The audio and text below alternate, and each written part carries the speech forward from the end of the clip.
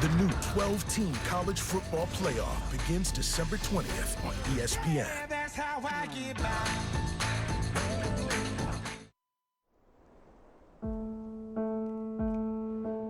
The past is always present on nights like this.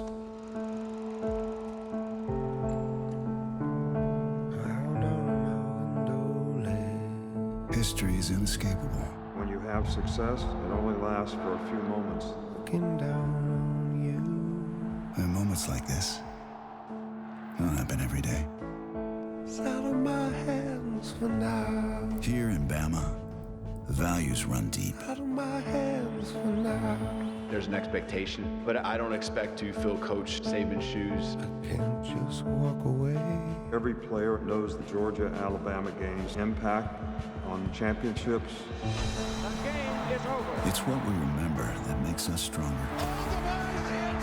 Georgia conquered the Crimson Tide. Success is never final. Touchdown! Alabama wins! Georgia knows. Alabama breaks Georgia hearts. It's what you do now. You gonna take what belongs to you. Now I find this flower ride.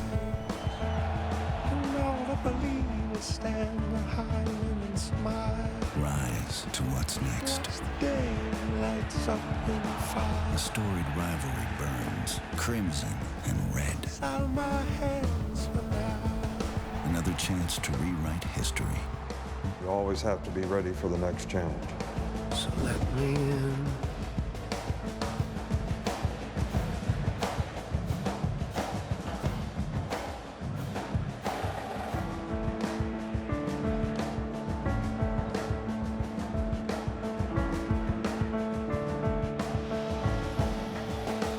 That is just beautifully framed by Dave Matthews.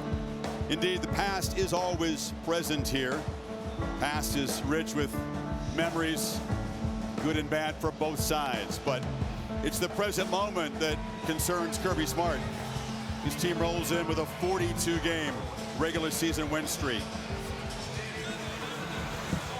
They've been unable to hold leads against Alabama in big moments. All 5 of his losses to Saban, they led by at least 7 points. See him saying focus. Not for the first time this week. Kalen DeBoer, how about this moment for him? First real look at Kalen DeBoer as the head coach of Alabama coming out in a huge SEC game. Different role for the Crimson Tide veterans. Home underdog for the first time here since 2007.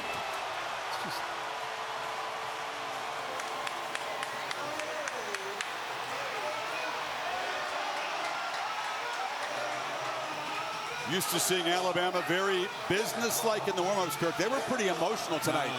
There's a ton of emotion coming out of that locker room right now. Georgia, when we were down on the field, very, very locked in business-like.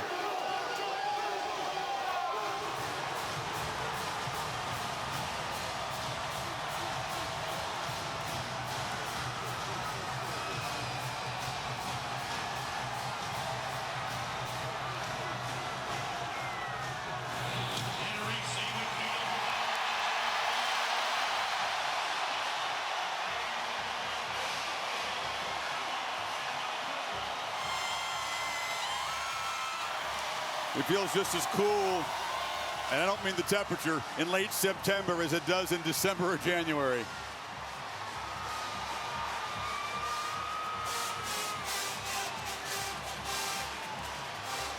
There's fans on both sides thinking this might not be the only meeting between these two this season.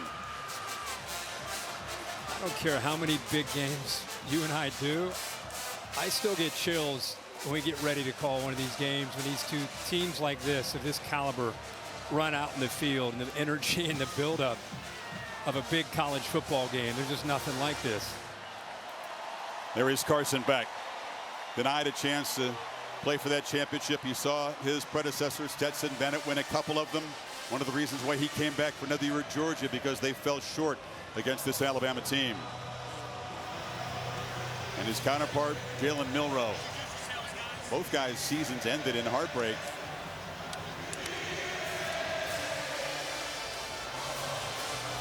To take us to the coin toss, our referee tonight from this SEC crew, Daniel Gautreaux.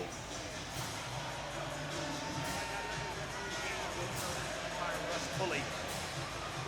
This side is heads, this side is tails. Georgia, you are the visitors. What is your call? The call is tails. It is tails. Which way would you like to kick? Kick towards them. Georgia has won the toss and elected to defer. They will kick from the south end zone. Good luck, gentlemen. It'd have been a huge shock if Kirby Smart did not defer. That is clearly the pattern. Monstrous game. Great to have both Holly Rowe and Laura Rutledge on the sidelines. Laura on the Alabama side with Kalen DeBoer. Thank you, Chris. Coach, it's almost time for kickoff in your first SEC game as the head coach of Alabama. What was your message to your team? Man, if you can't feel it, we got to check your heartbeat. This is awesome, you know, and guys are ready.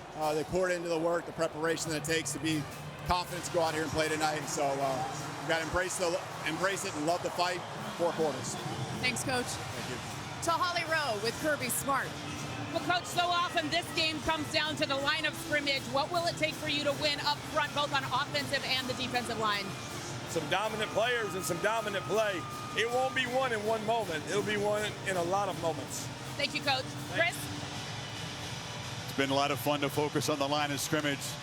The big guys up front who each believe for both sides, on both sides of the ball, that they are the determining factor in this game. Peyton Woodring for the Dogs, the second-year kicker, will send it away.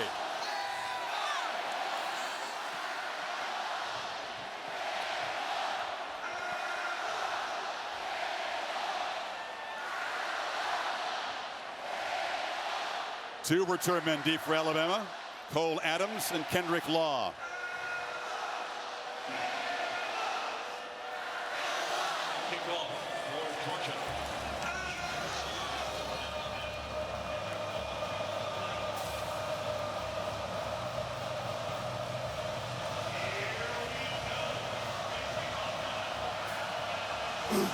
Woodring boots it high, but it's returnable. Law from the 5. Gets a crease, and Kendrick Law falls forward out to the 33, and that's where Jalen Milroe will set up. Again, the 14 total touchdowns through 3 games, and he has avoided an interception so far. Yeah, he's playing about as well as you can play in a new system. I think a lot of people wondered when Kalen DeBoer came over from Washington with Michael Penix and those great receivers, what would he do with Jalen Milroe? Would he adjust and try to get Milroe to learn that system? Or would he take advantage of the skill set? And that's obvious what he and his staff have done with number 4.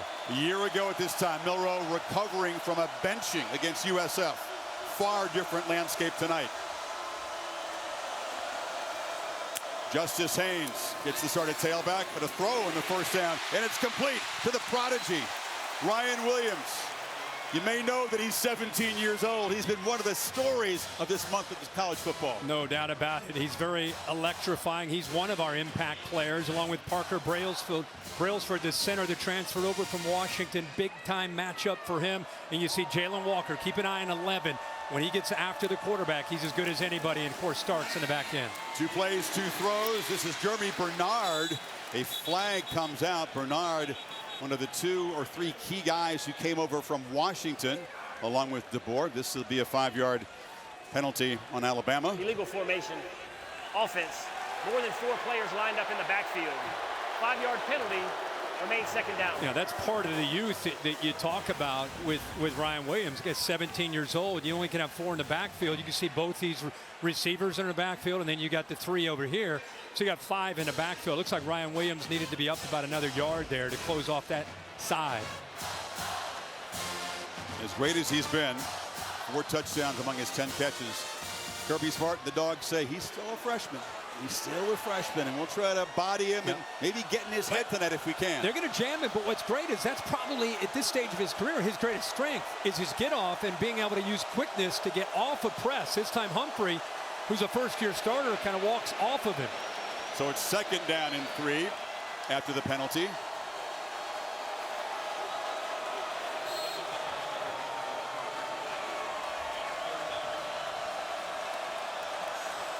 Second and 8, I should say. We'll get things started. There we go.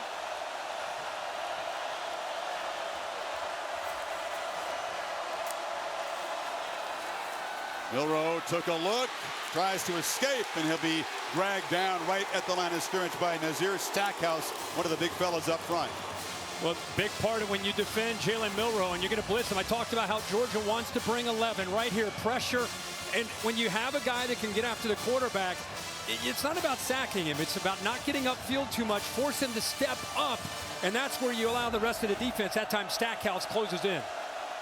Jam Miller in the ball game. They need 7 on this third down. Dogs crowding the line. They jump across, and Milroe with a free play tries to find Williams on the far side. He was juggling it and did not hold on. Warren Brinson. Oh, that was across. Yeah, big hit after the throw, and I think that's what Kalen DeBoer is saying is Brinson hits him. There's the offsides, but you talk about in the NFL, this would be a penalty. Brinson, who's back from an injury from the Clemson game, he's excited to be able to get in there. And they knew that one of the things is you got to get after 4 and hit him. Watch the follow through after the throw. Drives him. It's not that. It's that. Driving him and his shoulder down into the ground. NFL, that's a 15-yard penalty. But in college, no call. That's a 300-pound man landing on your quarterback. They need 2 on third down now after the 5-yard penalty. Milroe looking to throw for it across the middle. The catch is made. Hit right at the marker is Bernard. Dan Jackson came up right there. It's going to be just enough for the first down. Wow, that was very close. Ran a mesh scheme where you have a couple receivers, this time a tight end and a receiver crossing, hoping it's man coverage. You can see him working underneath, and then he throws that right at the line. Good job of holding on to the football because they were not playing man. They sat back in zone, showed man pre-snap, sat back to zone. Very fortunate he holds on to that football. So the Tide come out throwing. Play caller is Nick Sheridan, who's been with DeBoer along the way, but it's his first year calling plays. Handoff, end around. Bernard shows strength with the football. Got a block on the edge from Miller. Picks up 11. Tide in Georgia territory. Yeah, you're going to see this a lot tonight because he has the ability on this jet motion to either read this and pull it or he can give it. Georgia gets outflanked, so he hands it off there to Bernard, who's got great speed. And what it does is it sets up Milroe eventually being able to pull that and keep it himself later. Now a downfield shot looking for Henderson, coming back and making the catch. Emmanuel Henderson hasn't made a big impact this season until that deep shot. But we said somebody's going to step up throughout this football game, and right here you can see Henderson one-on-one with the first-year starter Humphrey. Gets behind him, the ball's out in front, great adjustment. Picked up 34. Miller trying to get the edge as the Tide operating with tempo. Flags come out. There are 2 of them on the field. Yeah, it looked like a hold on the right side of the offensive line from Alabama. I think it's 77. Offense, number 57. 10-yard penalty from the previous spot. First down. It's Elijah Pritchett. Penalties on this Alabama offensive line, a huge problem in their last home game against USF. They got it cleaned up in the last ball game against Wisconsin on the road. Yeah, I think Pritchett the right tackle, but I think you could also have gotten the right guard there. So a couple holds and that tempo, just trying to catch Georgia, looking over, not able to substitute in after that big play. So 1st and 20.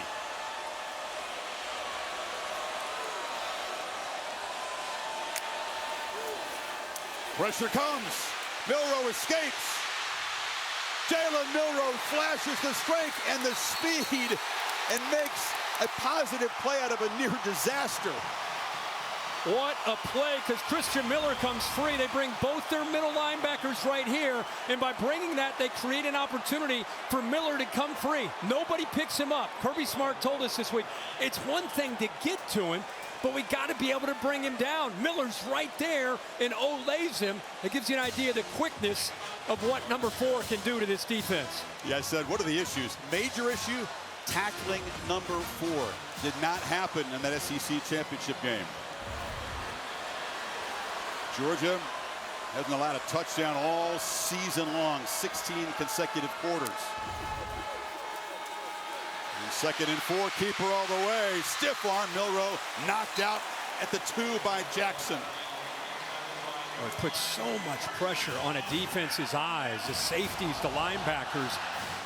You have to respect the running back, and if you just get one step inside, he sees it, feels it, pulls it, and gets around the corner.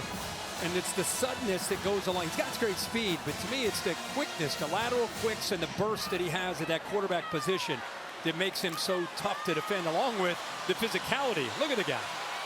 First and goal. And another whistle before the snap. Another false start. Alabama not even lined up that time. Will now have to try to overcome a third penalty on this opening drive. Offense.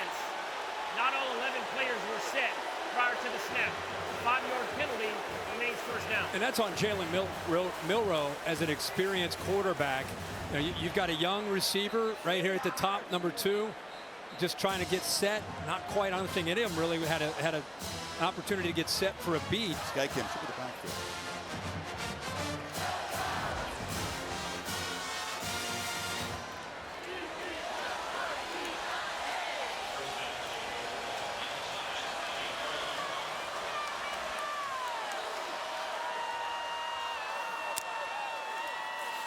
Milroe around left end. Touchdown, Alabama.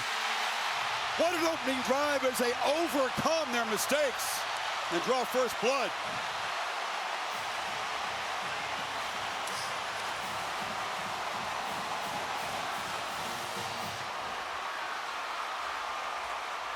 That's a quarterback lead to finish this drive off.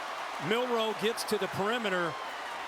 If you lose that contain, you lose the edge to your defense with him, then you've got no chance. He just followed Tyler Booker around the left guard, who led him into the end zone. Nobody there for Booker to even block.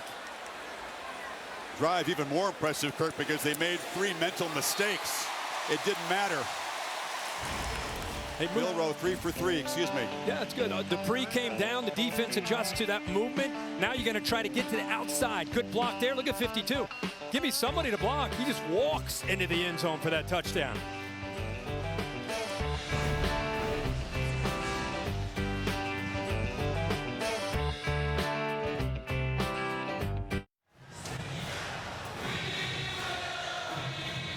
Emphatic start for the Crimson Tide.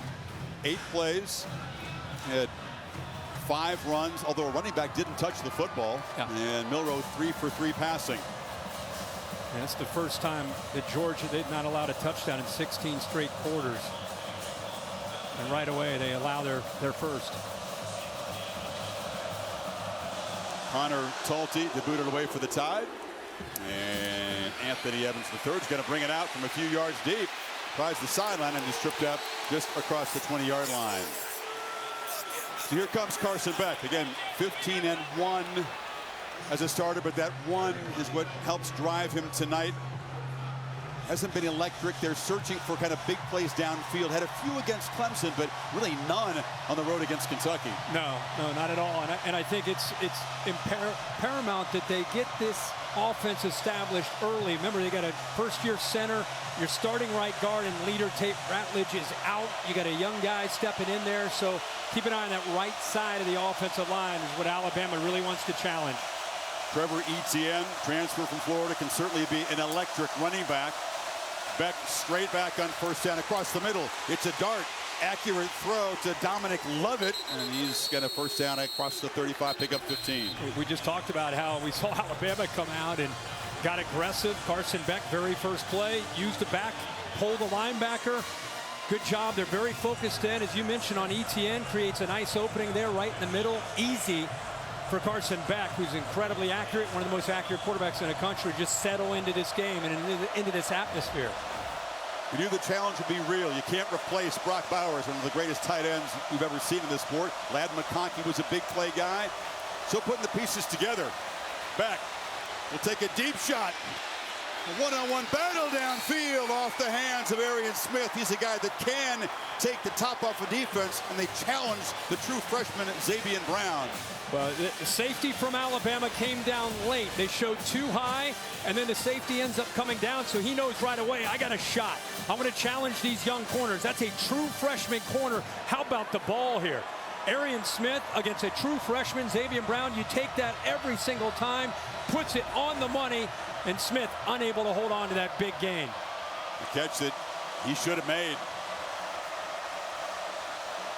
Last year in high school, this year covering a speedy receiver in a game like this. On the edge, Etienne can also hurt defenses as a receiver. The ball is loose. Bama pointing that they have it. No signal yet. It'll be Georgia keeping possession. That ball came out. He was spinning, trying to make plays right into the traffic of the defense, and the ball came out before he touched the ground. The ball's out there. Dylan Fairchild, the guard, made the recovery. It's violent in there. You better have both hands on the football. Yeah, he spun right back into the defense. And before this 3rd and 6. The previous play is under video review. So Daniel Gautreaux saying that the replay official, John Allman, and the replay center will take a look at this. Clearly, it was a fumble. Let's watch the recovery. There's Fairchild right there. Justin Jefferson looked like he knocked the ball loose. And there's Fairchild jumping on it. He's got, I'm not really sure what they need to review here. Bill Lamagna, great to have the rules expert in the booth with us tonight. What might be looking at there, Bill? They're probably looking at the recovery. There's no question there's a fumble. But 53 appears solidly came on the ball. So this will just be confirmed, the call on the field. Trevor Etienne was the guy that sparked the one touchdown drive they had at Kentucky. They were struggling big time on offense. He took over on that drive, but early fumble like that. Well, you miss a home run shot to Smith. Yeah. The ball should be in the red zone, really, if you think about it. Then you come back with a fumble. They're very fortunate just to have the football. After video review, the ruling on the field stands. An abundance of caution, I would call that. Taking a look at that play, clearly Fairchild was there to fall on it. But now they face a 3rd and long with the offensive line, as you said, that's a little bit reshuffled without their leader. Ratledge is an elite guard. And, you know, last year they were the #1, there's Ratledge right there, #1 team in the nation in 3rd down. And this year they have struggled in this area. A lot of 3rd and longs. There's actually all the way down to 73rd in the country.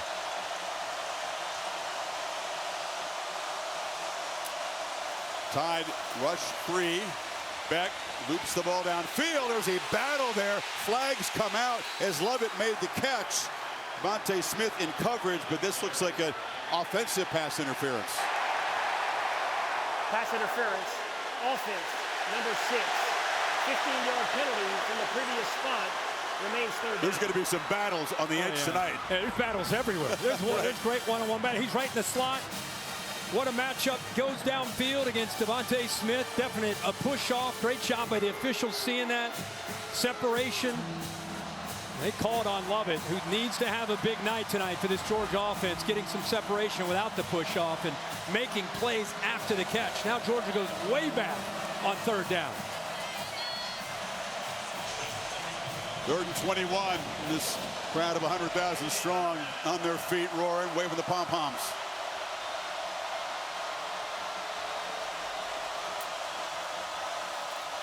Back from the pocket, another downfield shot on the near sidelines. It's incomplete.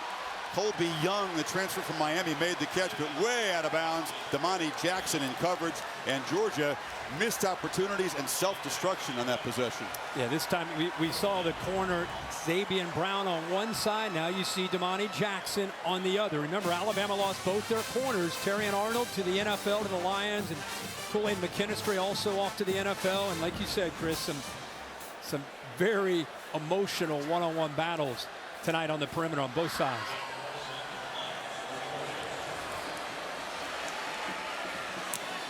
This could be an excellent punting tool. 2 of the best in the country. They're both Australians. Driven back inside the 20 is Ryan Williams. Never really seen him in that role yet tonight. We'll talk more about the impressive 17-year-old. 57-yard boot. Tide go back to work, up 7. Tonight's Sonic Drive-In recap. Alabama's opening possession. He did everything you want him to be able to do. Ryan Williams, the freshman, with a big play. This is a surprise one-on-one matchup. Henderson makes a great play. Had the sack. They missed that opportunity for about an 8-yard loss. And I think Bama put their foot on the accelerator after that. And they ended up walking into the end zone to cap off that drive for the first touchdown of the night. Animated one-way conversation between Kirby Smart and his defensive team, along with Glenn Schumann, the defensive coordinator there in the red. Yeah, you know, they just kind of got shocked into this game, and they're just trying to settle the troops. Hey, listen, we're going to be fine. Stay with the plan. It's just, we got to make number 4, keep him in the pocket, make him throw the football, and get after him. Justice Haynes is the back, and the first carry by a running back is a chunk play again. Look at Haynes weaving out across the 40. Well, they pull the right side of this offensive line. Roberts does a nice job here. You also see 57 Pritchett follow them. They lose the edge to the defense. And look at the receivers. Great effort downfield by those receivers. Kendrick Law, one of the top receivers, I think, in the SEC, if not the country. Kind of built like a running back. He and Ryan Williams both doing a good job there downfield. 23-yard gain. They spotted at the 39. Milroe from the pocket. Surveys and finds across the middle. Williams makes a man miss. He is just different, Kirk. We've seen him on tape, saw him in practice. What do you think of him on the field pregame? Oh, he's a big man, but he can throw the football. You know, and this is Ryan Williams once again. The moment is not too big. Good job of coming back to the football here. Milroe feeling it, going tempo, seeing the field well. Easy access throw. Law. Georgia not tackling well, and the Tide down near the red zone again. Janelle Aguero whiffed. It's a 19-yard play. You're just not used to seeing a secondary from Georgia missing tackles like that. And how about, you said, the easy access. And the last guy you want to get the ball to with the ability to make a play after the catch is Kendrick Law. You know, he is really fitting in perfectly into Kalen DeBoer and Nick Sheridan's offense. Get him the ball in space. Like I said, built like a running back, can shake and has physicality to pull away from guys like Aguero like he did there. Ball hasn't hit the ground yet. Milroe 5 for 5. Georgia just reeling like you rarely see him on defense. Collision on the edge. It's Jam Miller knocked down. It's the Jam and Justice running back tandem here. Yeah, Haynes does a good job. He just lowers his shoulder. He didn't care at all that Everett's trying to come up. And, you know, that sends a message. Just that kind of running. This defense right now, they're on their heels. They're trying to get adjustments. They're trying to get calls. They're focused on the threat of Milroe throwing and running on the edge. Then you have to contend with the power running of these two backs. Miller motions out far left. QB run all the way. Milroe patiently picks his way for a gain down to the 16. They have found an ability to get to the edge with QB run. Whether it's jet sweep or it's Milroe to the outside, you pull this time the play side guard, you pull the center around. Georgia a little bit better job of running. Now you got to be careful is you're running so fast to be able to not get beat to the edge.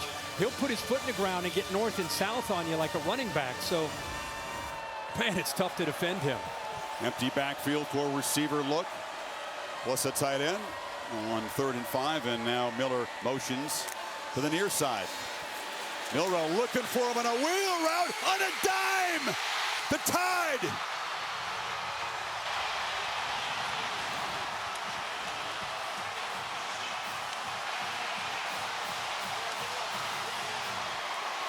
I'll tell you, nobody in this big house, even Kalen DeBoer, would have imagined a start like this. It's been almost perfection. No, perfection by Kalen DeBoer, his staff. Give Nick Sheridan a lot of credit. This Alabama team is prepared with that. Both teams had a bye week. Alabama came in with a plan, not just running, but the throwing of Jalen Milroe. Sensational play there on 3rd down. What a plan. Moving the back out. We're going to show it to you when we get a chance. Graham Nicholson knocks it through. 2 possessions, 2 long touchdown drives, and brilliance from the quarterback. Yeah, they motion, and C.J. Allen has to go with the back.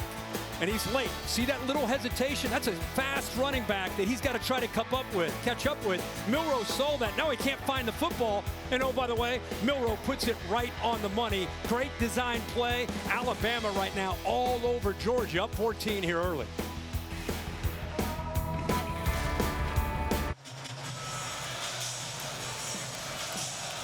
Crimson Tide throwing huge punches early, Kirk. They're not jabs or body shots. These are haymakers upside the head. No. They've landed a few of them. I mean, this is about as well as you could hope for a start if you're an Alabama fan. Milroe 6 of 6 for 100 yards, mixing up run and pass. It's been perfect plan. Fair catch signaled by Anthony Evans. You know, Carson Beck and Georgia have not been a fast starting offense. Didn't find the end zone against Clemson in the first half. Had their worst first half yardage output in 15 years against Kentucky. They got to get it going here. Yeah, they do. And I think this is where, you're a veteran. You're viewed as, beginning of the season, Shedeur Sanders, Carson Beck, Quinn Ewers. I mean, you're the guy.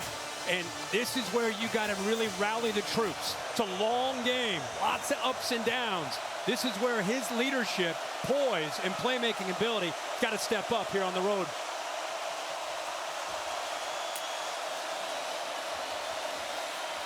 Beck on the move, flips over the middle, almost intercepted. He overthrew Dylan Bell and was bobbled by Xavier Brown. Yeah, I think he felt he had man coverage on the outside. Watch the corner out here. Watch how he runs with the outside receiver and then comes off of it. I think he felt he was going to continue, and that's the true freshman, Xavier Brown. He's very fortunate, actually, and the ball happened fast. It ends up bouncing off of his chest, but he got fooled there. I think he thought Brown was in man, and he came off of it, made a pretty good play. Lawson Lucky, the tight end, lined up in the backfield along with Etienne. Here's the first running play called tonight, and Etienne bounces forward for a couple of yards. It'll be 3rd and long. Line of scrimmage football game. Alabama's offensive line helping out, doing their job. This Georgia offensive line, remember Jared Wilson, good player, but it's the first time he's been in this kind of atmosphere. Micah Morris steps in, as we said earlier, for Tate Ratledge right there with the mullet. He's out tonight. He's the leader. It's just getting louder by the second here for Beck. Another 3rd and long for Georgia. Tide showing pressure, and they bring it. Ball out quickly. It is intercepted. Picked off by Damani Jackson, the transfer from USC. And it's gone from bad to worse in a hurry for the Dogs.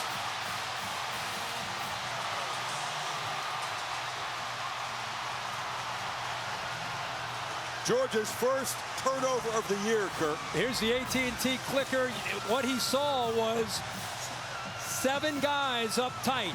And when you see 7 guys like that, you got to get the ball out quickly. You see how quickly they get in? You got to get the ball out. How about the job by this corner? What a play by Damani Jackson. That ball got on him in a hurry. See how quickly? And I don't think it was a flash before his eyes because it was hidden behind the receiver. He shows that athletic ability, and it gives Jalen Milroe outstanding field position here. Dogs defense needs to figure out something quickly, or they're going to be down 3 touchdowns in the first quarter. Play fake, pitch to the edge. Bernard muscles for about 4 or 5, driven out by Julian Humphrey. Holly? Well, guys, it's all hands on deck on defense right now. Glenn Schumann, the defensive coordinator, Kirby Smart, the head coach, they have all been up in the defensive space trying to make some quick adjustments. The motion that Kalen DeBoer's offenses are so well known for is causing problems. They keep telling the players, when they go in motion, you have got to adjust your eyes. That last touchdown drive, the motion was a problem. That's what they're trying to fix. Not much that Kirby Smart hasn't seen before and can teach his team about, but the guys on the field looking a little dazed right now. Keeper again. Milroe makes a cut. Powers down. It'll be 1st and goal. The ball came out, but he was ruled down. Well, the movement that Holly's talking about, usually this Georgia defense, they've had a bye week. They've had 2 weeks to get ready. I mean, this is maybe a few different wrinkles, but you kind of know what to expect to see. It's about who's playing with a little bit more desire, who's playing with a little bit more physicality. Nick Sheridan, give him a ton of credit. First-year play caller here in Tuscaloosa, doing a great job of mixing up, as Holly said, not just the pre-snap movement, formations, attacking outside with quick throws, jet sweep. running with Milroe to the outside, then pounding the middle, setting up quick throws. Haynes to Milroe's left. Bernard comes in motion, gets the football, gets a block on the edge, turns the corner, touchdown Tide! 3 for 3.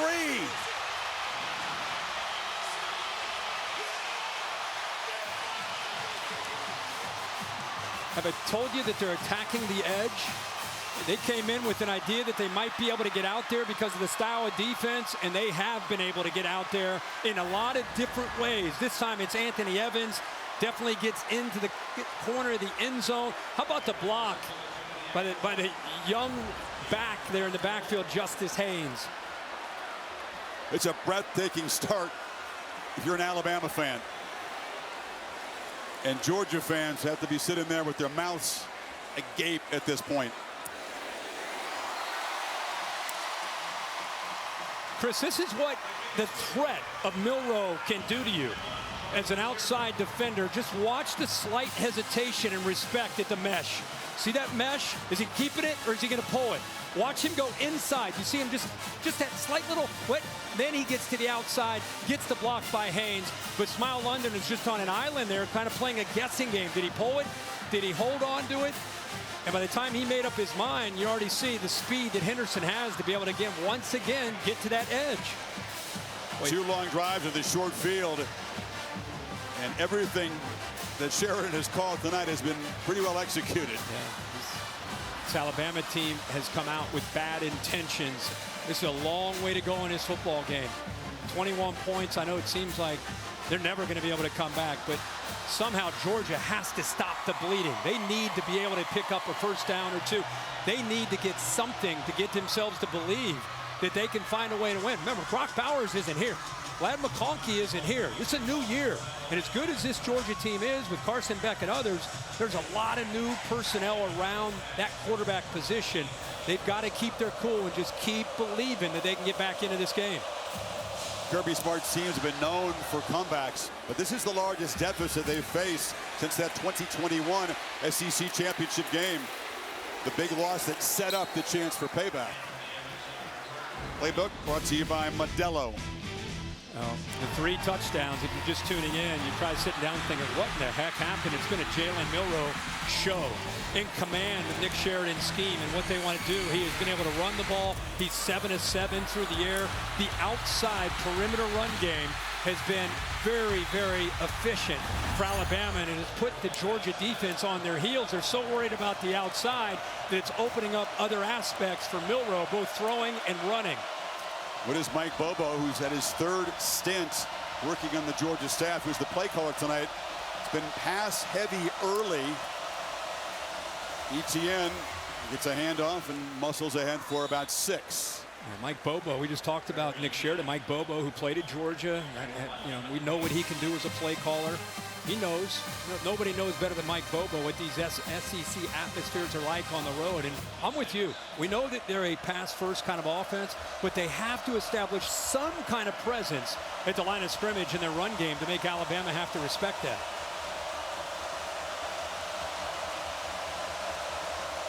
Up tight with coverage.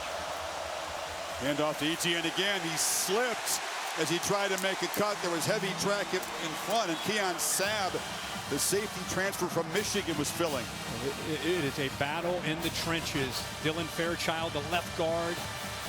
Watch him get into a battle right here. He's trying to help out on a double team. They lose that one. I mean, Alabama is strong in the inside. They've got some experience in Tim Keenan, Tim Smith, Latham, and Overton, who've helped out this year. They're just trying to two-gap there and hold the point as well as they can and keep those linebackers free. Some things have changed, some haven't. Alabama is strong in the middle. You can say that again. 3-man rush on 3rd and 4. Beck all kinds of time. Pats the ball, throws it inaccurately. A flag is down. Dominic Lovett was coming on a crosser, and the quarterback missed him. It was another mesh route, trying to set a pick. Pass interference. Offense, number 4. The penalty is declined. 4th down. The tight end dealt. And here comes the punt team again. Yeah, just trying to set up a mesh where, again, it's a crosser right in front of the quarterback. You're just kind of hoping that Delp will set up a screen for this receiver to come free if it's man-to-man. And this time it's not man-to-man. You can see the safety coming down. That receiver would have ended up being open, and it was Levitt.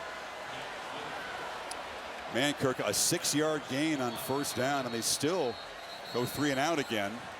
This is not stopping the bleeding. And Milroe and company are about to get the football back. Final minute of a very, very one-sided first quarter. Think he's got any confidence right now? I mean, he had confidence coming into this game. You know what? I mean, I think just reading the tea leaves, I think he's super comfortable with Jalen Milroe in this new offense, with this new coaching staff. Laura, he seems to be really taking to things. I don't mean just tonight. I mean throughout the first month. Overall, we've seen it. That's exactly right, Chris. And we just saw Kalen DeBoer pull Milroe aside and said, don't force anything. We're good here. Almost trying to keep the quarterback calm. He's really amped up down here. Also, DeBoer went over to the receivers. He said there are more of these plays that we've seen already. He said keep getting behind him, keep getting separation. There's an infinite amount in this playbook that hasn't been shown. That's a poor punt. Very high from Thorson, not his usual standard. Does take a roll. It's positive at about the 33-yard line. Goodyear providing aerial coverage, celebrating the challenge of road games everywhere. Are you ready for the road? Goodyear, more driven. It's a Georgia team that has been more than ready for the road. They won their last 16. Yeah. But this is a different kind of challenge. Yeah, pretty good start. Again, I mean, it's about as good as you could hope for. Look at those 2 drives, 70 and 84. They get to short field after the turnover right away and go into the end zone. I mean, is it possible to go 4 for 4? Does Georgia have an answer to that outside run game where they're averaging Alabama almost 10 yards a carry out to the edge? That's a question we haven't heard often. Does Georgia have an answer on defense in recent years? Milroe pitches far side, and it's another impact play from Ryan Williams, cushion in front of Dalen Everett. I saw a Georgia player point across the line of scrimmage as if he thought Jaden Roberts had moved. I think he did. I think he may have flinched. 77 right here. Just a slight flinch. But not a no call there in Alabama. But it's amazing, not only the edge, Chris, but it's amazing how far the coverage is.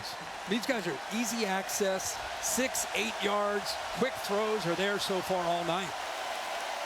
Well, Kalen DeBoer's first quarter as an SEC coach could not have gone any better. 21-zip after 15 minutes here in Tuscaloosa. Back after this message and a word from your local ABC station. You're watching the SEC on ABC.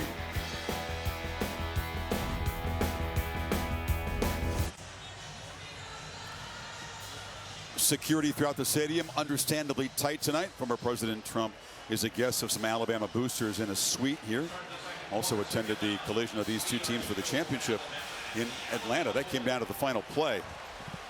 Tonight, the Tide begin the second quarter up 3 touchdowns.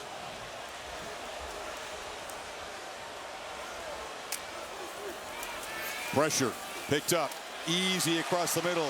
C.J. Dupree, the tight end, rumbles into Georgia territory. Whatever they've shown Alabama's offense has been an answer. Yeah, no doubt about it. This is an offensive line that struggled against USF because they had some injuries to the tackle spot. And now with Proctor at left tackle and Pritchard back at right tackle, see the communication. No issue at all. Georgia comes after him. Easy slide, easy pickup. Plenty of time for Milroe. And that void with those 2 backers blitzing, wide open after that blitz pickup there by the O-line. 213 yards on their first 19 plays. Georgia hadn't allowed a touchdown all season. They allowed 3 in the first quarter. Tide threatening to add to the lead. It's Law behind the line. He can throw it. Nobody open. Scrambling and will be knocked down. Tackle made there by Jalen Walker. They try to use a little trickery here, but Georgia wasn't fooled. No, good job by Georgia staying back there. Good discipline. Actually, Malachi Starks stays back They're trying to figure out if this defense is just so desperate. They're going to fly around. The edge has been hurting the defense. All those safeties flying. Nope, good job. Head on a swivel. Stark stays back. Rest of the defense, good discipline there on that play on 1st and 10. Lose a yard, and that's Kendrick Law, who's knocked down on that scramble being attended to. Jam Miller. They give up the edge again, and that's a big gain out inside the Georgia 40. They're getting to this edge anytime they want, and you got to come up with some kind of answer. 77 with a good block getting up to that linebacker right there. That was Smile Munden, who's actually eventually able to push him out of bounds, but another positive yards. Tied 2 for 2 on 3rd down. Need 5 here. And it's a trick play. The clap by Milroe. They hand it off to Milroe. Direct snap, I should say, to Miller. Trying to catch the dogs napping. They stop him short of the marker. Yeah, it was great because he does his clap when he takes about 4 steps. Well, just watch him walk away and then watch the clap. Bang, that's when you snap. Try to catch the defense again sleeping. So they've thrown a few wrinkles here. Get the ball out to Law, double pass, try to get it downfield, and then this time test the defense's discipline again there with that trickery with the quarterback walk away. Need about a half yard here on 4th. Milroe, keeper. 1st down and more. Tight roping down the sideline. Touchdown. Unbelievable start for Milroe in this offense. 36-yard lightning strike.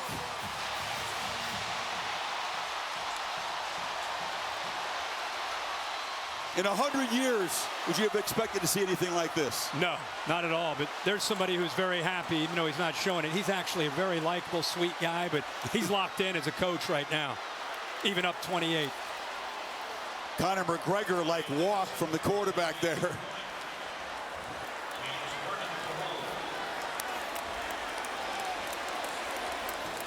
Nicholson has only attempted 1 field goal this year. A lot of PATs, so you may see a whole lot this season from this offense. No doubt. He's reading this, Chris. 4th and about a half a yard. Georgia sells out. This is zone read. Pretty simple. Read this man. Huge collision right at the mesh point. Hands it off, actually shows it, and then pulls it out. And then it's a foot race. Gets to the corner. Nobody is going to catch Jalen Milroe into the end zone. Too strong, too fast, too poised, too well prepared. So far for the Dogs. A little stoic fist bump. Huge show of emotion.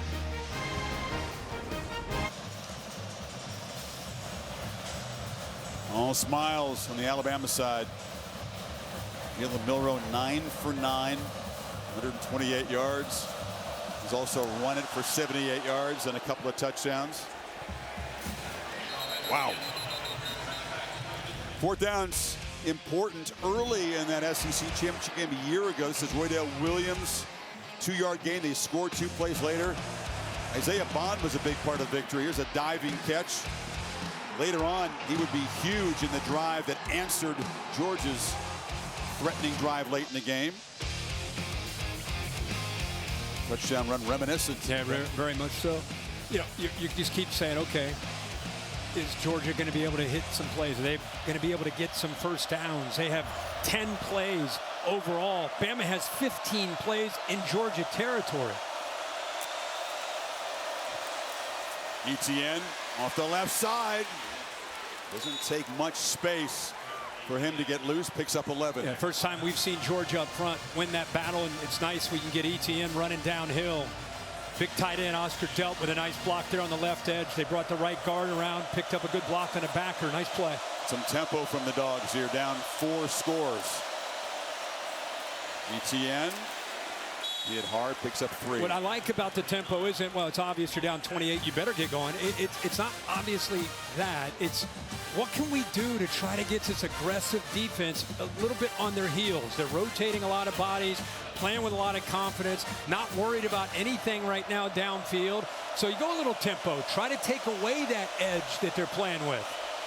Last time they were down 28 was against Joe Burrow in that overwhelming LSU offense in the SEC championship game. 2nd and 7, pitch on the edge. Love it. Short gain. Zabian Brown. Whistle had blown, no fumble. They'll set up another third down. We're talking a lot about Nick Sheridan, how he's dialing things up. How about Kane Womack, the new defensive coordinator this year? I mean, it looks like they bring pressure. It's almost like, are they dressed in 13 or 14 guys out there? They bring blitz, and now we got eyes on the football. They don't have their backs to the ball. They got their eyes on the football. They see that quick pass and answer to a blitz, and they got two guys leveraging the football. It's beautiful. Walking up again. Need 10 on third. The time they back out of pressure, just a three-man rush. Beck is still flush. Long way to go with his legs, and he'll get knocked down about a yard short of the marker. Yeah, Kirby's going to have to go for this. This is almost, you could say, do or die, down 28 at your own 45-yard line, 4th and 1. You know, we talk about this game being physicality. Who's going to win the line of scrimmage? It's been all Alabama. Well, here you go. 4th and 1, ball at your own 45. They think you're going to run inside. It's really hard to run inside. I don't know if you do that. I may want to try to maybe fake it in the middle, get on the edge. I don't know if you want to run into the teeth of this defense.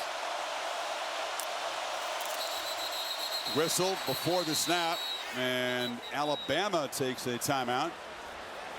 Something that the board didn't like the look of pre-snap. That would have been a stop. Would have been a stop.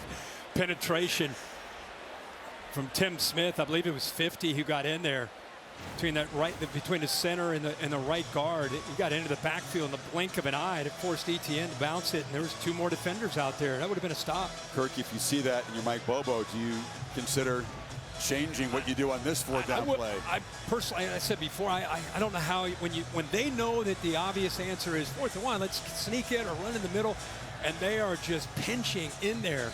It's tough enough to run when they don't know you're going to run it. Maybe a quick little pass, just something to not make it so obvious. Etienne has great speed. We can get him on the edge. Get Jamarian Latham, Tim Keenan the third, and Tim Smith. Big fellas up for the Tide. Yeah, a lot of big boys up there. Maybe a shot play, anything just to not run up the middle against these guys when they know it's coming. Two tight ends. Etienne tries the middle. Had to dodge contact in the backfield. That was crucial. Gets ahead for the first down. Got past Overton. Overton right there. We just talked about how they can penetrate. Think about making this play. He's right there. What a move by Etienne. That lateral quickness and the vision right there. I mean, that's a -4. But instead, give Etienne all the credit on that play to save this drive and keep it alive. Branson Robinson spells him in the backfield. He's got the football, and Georgia beginning to string together some solid runs. Now picks up 7. Nice little double team there on the right side. Good push there. Truss, the right tackle, helping out there. He and Micah Morris double team, work up to the backer. It's a nice drive here for Georgia.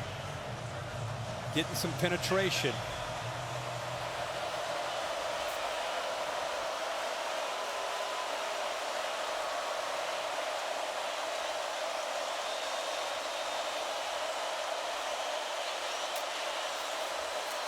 Come after Beck, it's picked up, and the catch is made by Dylan Bell just behind him there, but another first down. Yeah, Malachi Moore brought the blitz from the field. He had a double slant behind that blitz. See the blitz right there coming. He could have gone to the inside to Smith, elects to go to the outside to Dylan Bell. What an adjustment there at a crucial point in this game. They need every opportunity to gain positive yards. Great adjustment, back that ball behind him.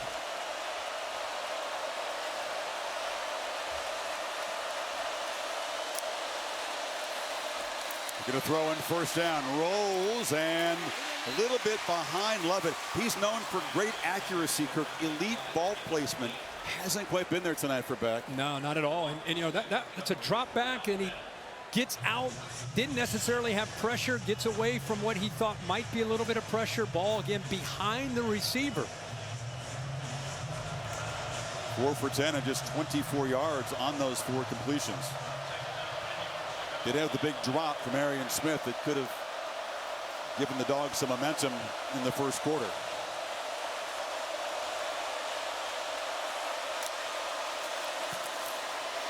Good protection. Throws it into a seam, and the catch is made. Jahad Campbell delivers a big blow on Smith, who held on that time.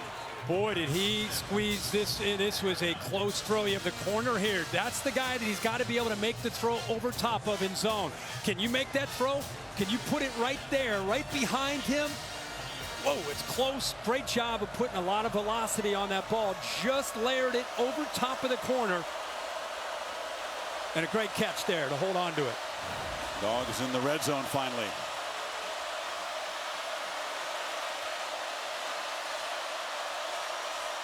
Tight power formation, and it's an end around to Bell. Versatile weapon, makes a cut, lowers the shoulder, and is knocked down at about the 7. Sabb on the stop. That's good action there in the backfield. They're faking that to ETN because they've been getting a pretty good push in the interior. A lot of those Bama defenders were caught up on that. Then they come around the other way with Dylan Bell. Pretty good block there by the tight end Delp to help him out. They got to finish this drive, obviously, with a touchdown. 7-minute mark here in the first half. It's a 10-play drive so far. Tough to do against an Alabama defense. Sustained drives.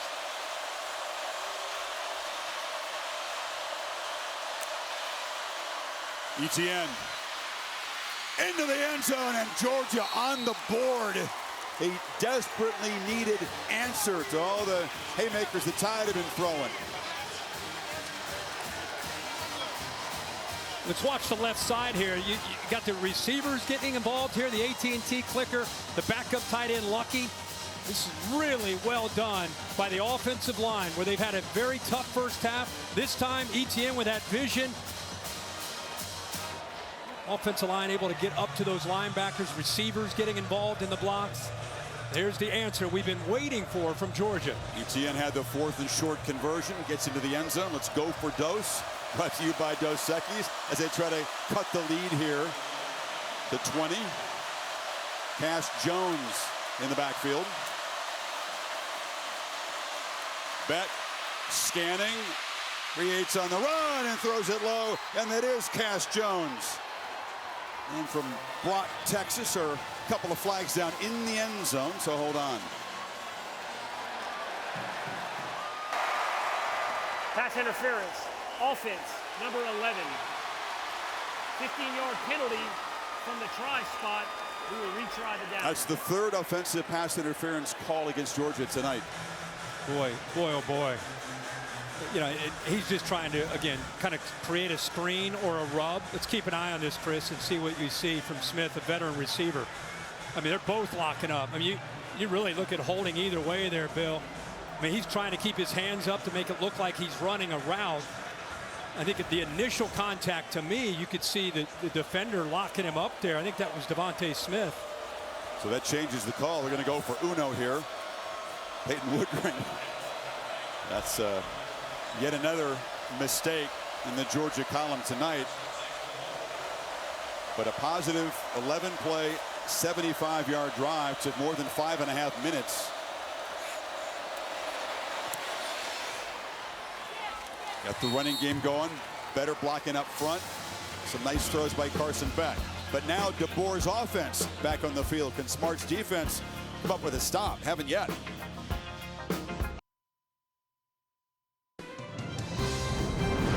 Saturday Night Football is presented by Capital One. What's in your wallet? And in part by the all-new Sonic Smasher. Live free, eat Sonic. 2 championship game collisions, Tagovailoa to Devontae Smith, and then 4 years later, Stetson Bennett. Donnie Mitchell in the 4th quarter, then found Brock Bowers, and Georgia with that pick 6 to seal it, won it by 15. 9 years, Smart worked here under Saban. This is year 9 at Georgia. And Georgia fans feel like, okay, Nick Saban moving on. This is our time to really stamp our authority on the SEC and reclaim the crown. Kings College football. They felt like that loss to Bama denied him a chance to go win another one. They feel like Michigan's kind of borrowing the throne, and they felt coming into this game, they were going to rightfully reclaim their spot. That's why we play the ball games. Well, they have been waging a tug of war for all the trophies, really, since 2014. And Alabama, Big Al, has been pulling his weight. Love the animal soundtracks here. Dogs are going to bark in a second here. Answering those 5 SECs. 21, 22. Uga having his turn. And they dominated the entire 23 until Atlanta. And now we're back to 24. Starting to lean a little to the right, but it's a long way to go. Keep saying that. Be careful. 4 for 4, this offense. As Georgia come up with answers, tied, a long field to go. Milroe looking to throw on first down. Again, it's Dupree. It was easy access, and then yards after the catch out across the 45. Flags come in very late. 21-yard gain. Yeah, again, it's a long time since we've seen Georgia's defense not just give up easy access, but then the missed tackles by Starks and then more yards. Unnecessary roughness. Offense, number 52. Hitting a player not actively participating in the play. 15-yard penalty from the spot of the foul. First down. Tyler Booker is an emotional guy. The big fella flagged for a costly penalty. He was just feeling it. Yeah, he was jogging downfield. I think it looked to me like Smile Munden was maybe gave him a little jab to the face, and he responded to that, and that's what the refs got. He'd already kind of jabbed him before this, and then he responded by saying, wait a minute, you're going to give me a jab? I'm going to give you a little push. I personally don't mind seeing those offensive linemen with a little edge to them, but that one cost him. Extremely costly. Instead of across the 45, they're back to 16. With the 1st and 19, pressure comes. Milroe escapes again. Jalen Milroe, look out when he builds momentum. Gets a couple blocks on the edge. Can't get near him. Can't bring him down when they do. It's almost like watching a guy in middle school who just is the best athlete on the field. And this is SEC football. He's running away from really talented, superior athletes. They were way behind the sticks. And now after that scramble, he's able to pick up a first down. A lot of these defenders had their backs turned to Milroe, which is a no-no against him. They made some mistakes, 4 penalties on offense, but he's just been the eraser. 10 of 10, 134. Back behind the chains. Doesn't matter. Let's just take off for another big run. He's over 100 yards rushing tonight. Looking to add to his passing total. Long throw. Easy catch by Bernard, who was open again in front of Jalen Walker. Tough matchup for the linebacker. Yeah, very, very tough. Yet man coverage on the outside. It clears. Watch at the bottom. Ryan Williams matched up there. He's just going to clear that, which opens it up nicely for Henderson there. And how about the accuracy and the rhythm of Milroe? How much fun is it to watch this guy throw the football tonight? Now 11-11 for 149 and over 250 yards of total offense in the first half. 3 total touchdowns, 0 incompletions.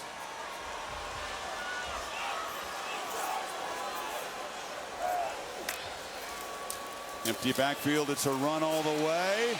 And this time doesn't get the edge, is spun down after a small gain. Holly? Well, guys, Jalen Milroe's speed is breathtaking. The coaches told us he's faster than our running backs and our wideouts in practice. I can tell you how you know he's really fast. The new EA Sports college football game, he has the highest speed rating of the top 100 players at the quarterback position. This guy is blazing fast down here. It's a hard adjustment for this Georgia defense. It looks like a video game, doesn't it? This start for the offense. Limited to a 2-yard gain that time. Second down. Pressure picked up. Low throw. And going down to get it is Bernard. Ruled a catch. And it'll be 3rd and 1. Keeps the streak alive at these receptions. That time misses a little low, but a pretty good catch by these receivers. Tide, that's going to be looked at. They were trying to get him to play fast. On the field is a completed pass. It went right through his hands. Previous play is under video review. And Lamagna, I don't know that we need your years of expertise to tell us that ball hit the ground. It did hit the ground. He had a great chance to get his hands under it, but it slid right through there. Tough call for the officials on the field to see, but it did hit the ground. You know, the other thing, Chris, he's doing a good job of, and I think it's Nick Sheridan allowing him just to feel comfortable and make the reads. It's not like he's looking at one guy. He's throwing it to Ryan Williams, Bernard, Dupree, Law, a lot of these guys are getting involved. We'll start it out. Be expected to be 3rd and 8 when you come back. Pretty easy replay review. It is the first incompletion of Milroe's night, and it sets up a 3rd and 8. Kobe Prentice, receiver, lining up in the backfield. Now he'll go in motion. Dogs are showing some pressure. Rush 4. Milroe has to escape again. Flips it. And the catch is made to Robbie Oots. And he's down near the marker. And DeBoer, if the pattern holds, will go for this on 4th down. Oh, yeah. Yeah, with Jalen Milroe back there, ability to run it or throw it. Playbook is wide open. They're up 21 at the 35. You have to go for this, and they are. Oots, the big 270-pound, like a fullback-looking guy. I thought he'd be in Madison, Wisconsin with that name and that look, but here he is in Tuscaloosa. Here we go. Talk about an opportunity for Georgia. Get a stop, try to get another score. Remember, they get the ball to start the second half. It's a big play for both teams. Shift around. That's Miller to the right of Milroe. And to get the Dogs to flinch. They're not buying it. Georgia disciplined that time, and DeBoer spends a timeout.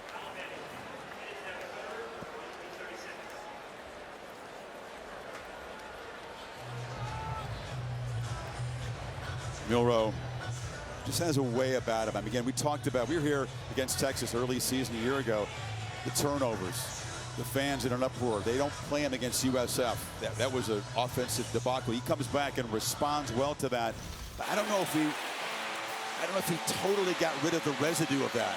Tonight he's been different. No, he has. And really in warm-ups, you could just see the confidence. I think he liked the plan that they came in with. Ability to throw it, ability to run it. It's been on full display. I mean, this guy is doing everything. And I think you and I have talked about it. I think it's the feel for the system, the connection with Kalen DeBoer, Nick Sheridan, and the plan that they've built around him. It's like, you know, great quarterbacks have answers. He certainly has had that up to this point. And the Dogs give their offense the football back on 4th down. Handoff. Miller stopped. Miller jammed up at the line of scrimmage as Dan Jackson Field and the Dogs defense finally makes a play. That's what I just said. You're looking for an opportunity. Daniel Harris actually steps up and takes on the block. You'll see 5 come back this way. Watch 7 and White take him on, and that frees up, taking that block right there, stoning him at the line, and then that allows Dan Jackson to be able to clean that up. This is the first chance that Georgia has, not just to stop, but like I said, with just under 3 minutes to go, Stackhouse fired up. They're thinking touchdown into the half, and then get the ball to start the second half. If everything goes the way they would like it, it'd be 28-21. And now you're in the middle of the third quarter. Long way to go, but that's the thinking of a Georgia player, fan, coach, everybody on red and black. Pass to the far right, empty backfield. 3-man rush. Beck surveys, throws it right to Alabama. It's picked up by Jahad Campbell. A disastrous turnover just when the Dogs had momentum. The second for Beck tonight. Well, he's trying to hit a seam here.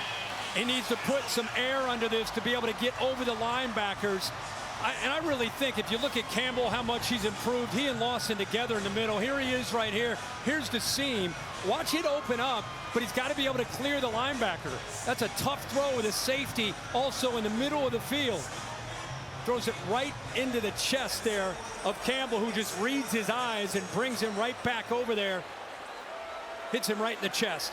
Poor decision by Beck after the big stop by the Dogs defense. Campbell, part of a tremendous linebacking core at Alabama. He's strong off the edge, rushing the passer, and can play coverage too.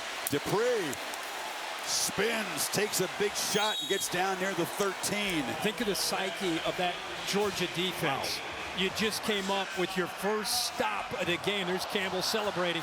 You get your first stop of the game. You're over there just getting some water. Schuman's congratulating you. First play, pick.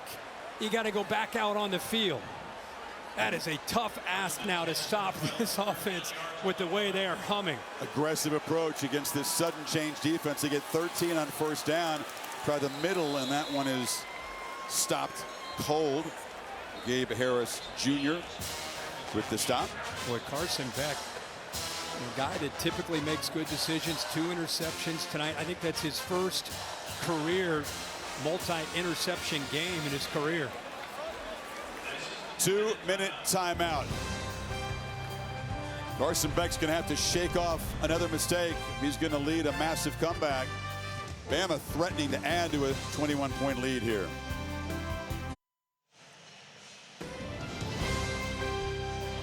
Welcome back to the SEC on ABC. Saturday Night Football presented by Capital One. This late September collision of heavyweights. A shocking first 28 minutes. Bama trying to add to this big lead off a second takeaway against Carson Beck. 2nd and 11. All kinds of time. A dart over the middle. It's bobbled and intercepted. Picked off. Is a flag down, so hold on a second. I think we're going to have a hold on the right side by Elijah Pritchett. Field is an incomplete pass. A correction, an interception by the defense. Holding, offense, number 57. The penalty is declined. First down, Georgia. Dan Jackson came up with the interception off the carom. First thrown by Milroe this season, so it desperately needed takeaway on the deflection there. Yeah, the ball's behind him. Dupree actually does get his hands on this football. Delays, releases, tries to get it between the backers behind him, and that's the first ball we've really seen where it's not perfectly thrown. Behind him, yeah, he can catch it, but because it's behind him, there's a chance to hit him. Ball goes in the air, and Georgia gets on top of it. Kirk, you were thinking rightfully so about the daily double for the Dogs. Now they got 95 yards to go and a quarterback who's looked shaky. What do you do here? It's Etienne to his right. Beck from the end zone. Across the middle, almost through a third pick. Wow, Deontay Lawson from his linebacker spot was thinking pick 6. What a job of reading the eyes. Just playing center field from linebacker. Read the eyes, almost stepped right in front of that. I'm going to ask you about the eyes. He telegraphs this. Watch the eyes here. He's looking, look, he stares it right down. And that's a veteran, one of the top linebackers in college football right there. Almost comes up with that walk-in pick 6. Help us understand what's going on inside Beck's head at the moment. He's not seeing it. No, not at all. The thinking is a little fuzzy. They got 8 up there. Pressure picked up, bullet down the middle, but nobody on. Great coverage, nowhere near Lovett, and it's 3rd and 10. Keep going to get recognized at Kane Womack, the defensive coordinator. Can you imagine filling the shoes of a Nick Saban era of defense? Has had a lot of great coordinators, but it's obviously about Nick Saban. Kane Womack has stepped in here. Boy, he has held back a lot of pressures. We haven't seen any of this. I think they have 5 snaps all year where they rush 5 or more. Tonight it's been a gauntlet coming after, and they've changed up the look, showing it and dropping it, other times bringing more than they can handle. I think they may do it here. He said you're going to see stuff they've never seen on tape anywhere. Invented for this game. Heavy pressure. Back off his back foot, just heaves it to green grass. Could not block the crimson wave that came at him. And it's 4th down. They show it and they drop. We just talked about this. They want intentional grounding from the end zone. You bring 8 guys and you've got 7 to be able to block. Bring 1 more than they can handle. You got guys coming free. 2 end up getting in there. They're talking about it, and they are going to get him. Nobody downfield.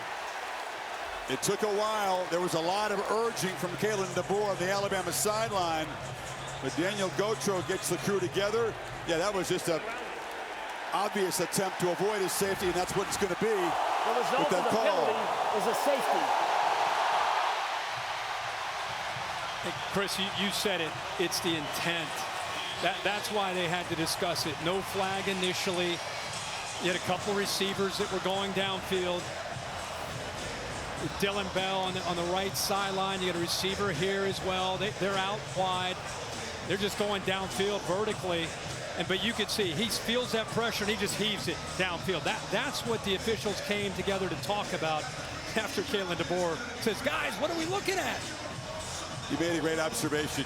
To coach defense at this place will always be to try to meet the impossible standard. Kane Womack and his dad, Dave, remember he was the defensive coordinator for the Land Shark defense at Ole Miss when Hugh Freeze beat Saban in Alabama a couple of times, and visiting with him, and the coach's son, there is his dad. Yeah, there he is. I mean, he did cook up some special stuff here tonight. Gosh, yeah. And I love that he's down there. He's SEC legend himself as a coach, and now he's got his son, and he's down there watching, observing, and helping out. Bill, I know you had some thoughts there on that intentional grounding. Yeah, it's critical. The referee sees the quarterback's in trouble. He knows it's pressure. The officials downfield don't know that. They've got to communicate to him about no receivers in the area, pass crossing the line. So it's a crew communication to get that call. Yeah, I so think well people, handled. yeah, Bill, sometimes they get confused. People get confused on the delay. Why didn't they call it right away? And it's a good explanation how they need to come together and work that out. Carson Beck, of course, 3 years in the program before he got the start. Understudy to Stetson Bennett. Seized his chance as a starter last year. And again, only lost the one game to this Alabama team.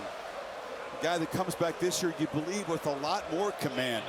You know, number 2 rated quarterback on all the NFL draft board. A lot of personnel people watching this game tonight, and it's been a nightmarish first 30 minutes for Beck. Adams on this kick. And Adams has room. Flag flies as he's knocked down at midfield.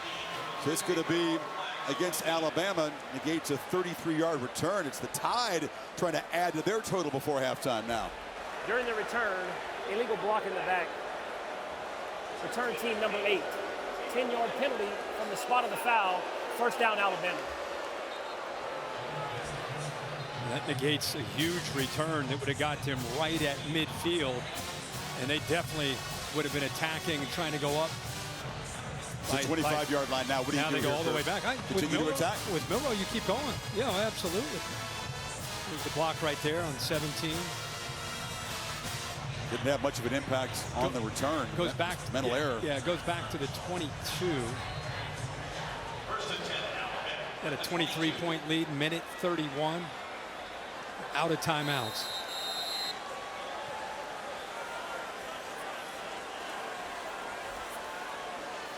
It's going to be an interesting set of conversations in that Georgia locker room at halftime.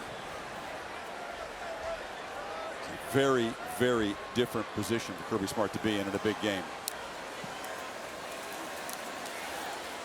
Long throw, still staying aggressive. And the catch is made, and falling forward is Josh Cuevas. Another tight end gets involved. He was the Husky. I just can't believe the throws were. And again, I know you're back to not want to. You don't want to give up the big one, but just I mean, that's a big gain right there, and just easy throws. Across the middle, catch made. Prentice unable to escape. It picks up about 6 more before Everett gets him down again. No timeouts for Bama. There's no rerouting. There's easy access, and it makes it pretty easy on the quarterback to just throw underneath when you're clearing out. We've seen a lot of that in the first half. Inside of the final minute, Prentice again makes the catch, spins back into the field of play. Clock will stop momentarily. They move the sticks to the 44. Great job of just reading the coverage, not panicking, not predetermining where to go with the football, just taking what this defense is giving you. Milroe over 200 yards passing now to go with a 100-yard rushing night. Cuevas again on the sidelines. Just looking so effortless for him. Yeah, and again, let's just show you what I'm talking about. When you blitz people, you walk guys up, and they don't get home. Look at the access right here. It's just strange to see this. I mean, he could have thrown it there to Lovett. Instead, he ends up going to the backside where he can get out of bounds. Smart decision, but a lot of this has been, again, it's been not just in prevent, it's been happening most of this half. Trick play to flea flicker. Milroe's going to flip it back underneath there to Bernard, and Bernard's going to be dropped at the 50, and they're just trying to toy with him now. Starks makes the tackle without a timeout. That's going to create some urgency here as they lose big yardage. Yeah, that's all Malachi Starks. If he doesn't make that play, there are about 5 offensive linemen out in front that would have led him down that left sideline. So Starks saves the day by hustling and reading that pretty quickly. Georgia spending a timeout. Alabama didn't have one. And they'll back the clock up to 32 seconds. It'll be 3rd and 13. Little too cute. No, I mean, like it's a pretty good play here by Starks. Like I said, the reaction that he had ends up allowing him to save this day. Because watch, it's a slow developing play. Watch the offensive lineman. Look at them working to get out in front. Now here's Starks right here. If he doesn't make this hustle play, look at that convoy going down that left sideline. Road graders. Yeah, a little too quick for big Caden Proctor to get out and get a body on him.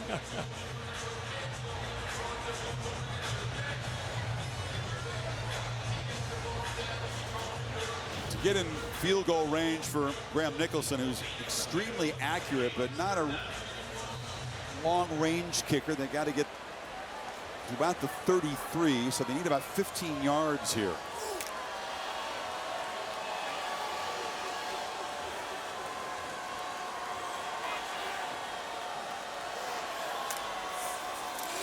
Pressure comes, it's picked up. Milroe gets it out, throws into traffic. DeBoer wants a pass interference call, doesn't get one. Daniel Harris was in coverage. He can't believe it. There you go for Alabama fans. He's so mild-mannered with the media, and when you see him talk, there's that competitive spirit showing up. He is fired up. It's definitely a pass interference. He definitely got there early. You could see why. Anytime you see Kalen DeBoer get animated like that, it's usually for a good reason. He's not just going to do that to do that. He's going to do that when he feels that he has the right to be upset. Harris clearly hits the receiver. So instead of a first down in Alabama in field goal range, chance to add to the lead, here comes a punt. Imagine that. The Crimson Tide. James Burnett, the other elite Aussies in this game. And they'll take a delay of game and back him up. Delay of game. Offense. 5-yard penalty. Remains 4th down. Doesn't look like a big deal. But DeBoer, who's, you could read his lips, oh my God, are you kidding me? As I just love for people to see that fire, because like I said, I mean, you don't see that side of him except when he gets out here. You know, Nick Saban always had that reputation at this podium being a different guy. I mean, a very intense guy. Burnett. It's muffed. A scramble for the ball down at the 8-yard line. It is a real scramble. That is a battle for the ball. Oh, Anthony Evans just able to fall on his own fumble and avoid another disastrous turnover. Wow. Not in great position. You see him lean and try to make that catch.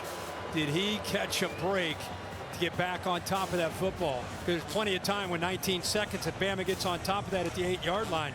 They got a few shots, even without timeouts, few shots at the end zone. Kirby talking to him there. Could have been a knockout punch in the first half. Yep. Had they given up possession there.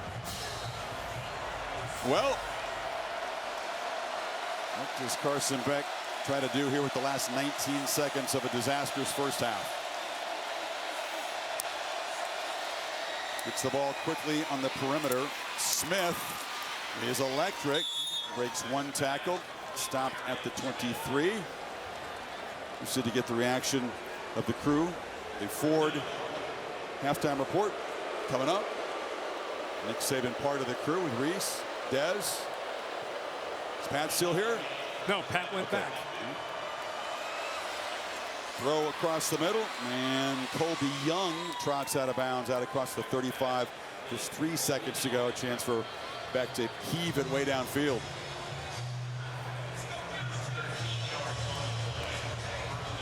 $355 yards of total offense for Alabama. Defense has been stout. They come up with the safety. They limit Georgia to 123.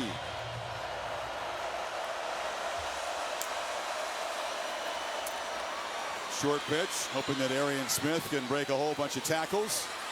And he'll finally be corralled inside the Alabama 40, and that will be the end of a stunning first half here in Tuscaloosa. Some pushing and shoving, frustration obvious for the Dogs. Alabama feeling pretty juiced up themselves. And they eventually get them separated. Georgia will get the football to begin the second half, but a lot of work to do, down 23. And we got flags. This still isn't done. We'll see if it's just a bunch of offsetting stuff.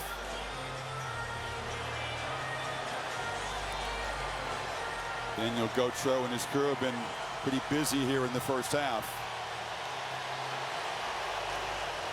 And we can see here, it's going to be enforced on the kickoff.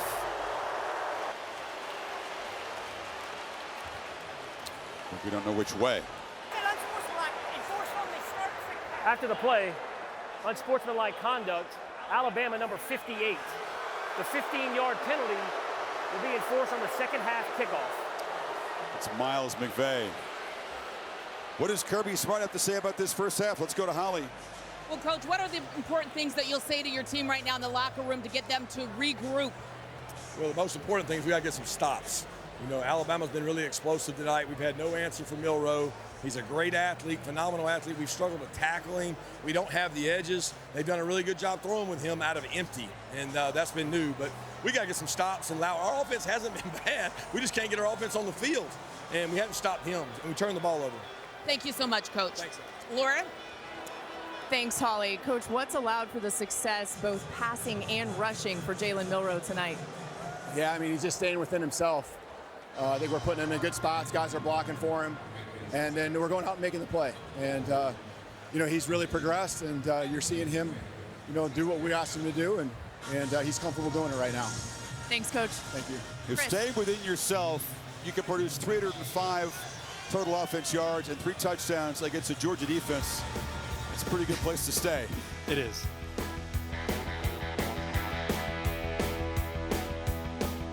End of the first half here in Tuscaloosa.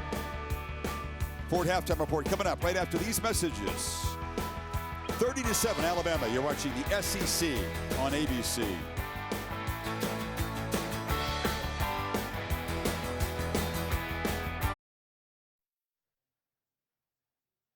Now I'll find this flower right. Unbelievable start for Milroe in this offense. Jalen Milroe became the Heisman frontrunner in the second quarter if you listen to the live odds. That's how impressive the first half was. And welcome back to the SEC on ABC. This is Saturday Night Football presented by Capital One. The margin is 23. If Georgia is to come back and win this, it'll be the biggest comeback in school history and the biggest comeback ever in a top 5 matchup. A nightmare for Carson Beck in the first half. What does he have to do to settle in and try to lead his team back? Well, they get the ball to here to start this second half. I think you're going to see some tempo. You're going to see him probably after that first half, maybe a couple easy throws, just try to find that rhythm.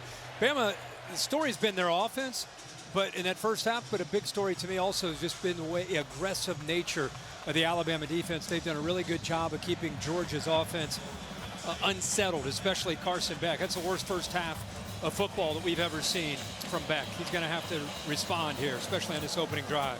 A chance at field position. The penalty on Alabama after the first half expired means they'll kick it off from the 20. And this is Evans from the 13. Chance to build momentum. And Anthony Evans is knocked down across the 40. So they do have decent field position. Here's what's gone wrong for Carson so far. Yeah, well, just a lot of poor decisions, you know, where he gets the ball out, receiver's not looking for it. That was behind the receiver. Here just throws it right into the arms of Jahad Campbell with a nice interception.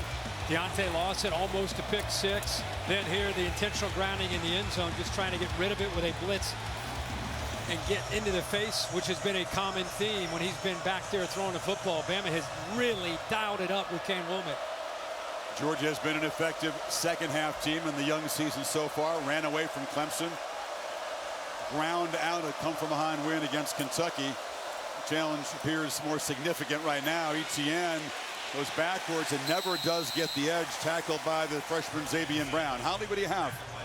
Well, Georgia football is trying to regain their composure. I think it's worth noting that only one player on this entire team has ever played a game here at Alabama. It's been loud down here at times. But one of the guys that's trying to get them fired up here on the sideline is Tate Ratledge. He is missing tonight, but he's on his scooter. He was getting the offensive line fired up. Guys, go out, assert your dominance. It's our time now. This offensive line's got to start making a statement for Georgia to get back in the game. Behind the 6 on second down here, just by about a few inches. Beck lofting a throw, miscommunication, and very nearly another interception as Dylan Bell broke off the route, and Xavier Brown was the nearest man to the ball. Yeah, you'd love it working to the outside, and I don't know the confusion there, but Dylan Bell almost looked like he was going to start to block instead of running a route downfield. Yes, Kirk, you've seen the tape. Georgia went from being the best third down team in the country a year ago to being very substandard coming in, and 0 for 5 tonight. Coming into tonight, they've been at 3rd and 7. That's been their average on the year. It's tough to execute on 3rd and 7. Now here they are at 3rd and 10. Pressure immediately, and Beck is knocked down. Deontay Lawson out of Mobile. Free runner.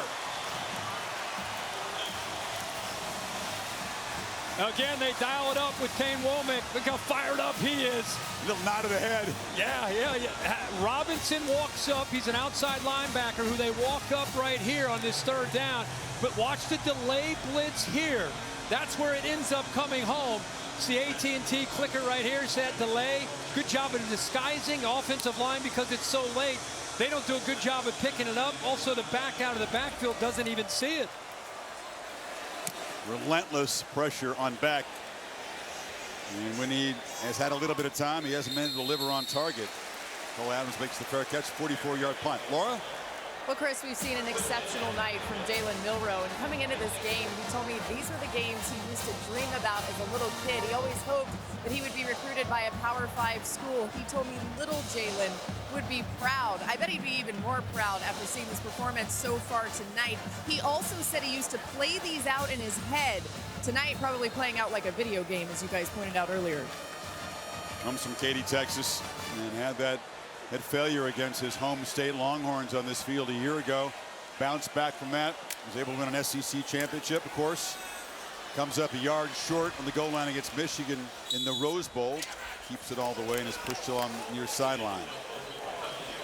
And there's his parents right there.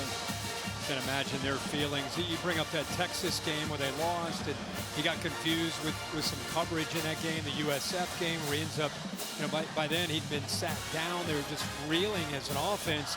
Comes back and ends up really settling in and becoming a guy they can count on. Think about how far he's come from last September to this September and where he is right now. Couldn't be more polar opposite. Look to his right, has the football, takes off, gets a big shot as he goes to the ground at the 31. Don't want to take too many of those from Smile Monday. Yeah, I love when he starts to take off horizontally, and then at some point he sees that crease and he puts his foot in the ground and gets, immediately kind of jumps into it and then gets north and south. Need 4. So keep this drive going.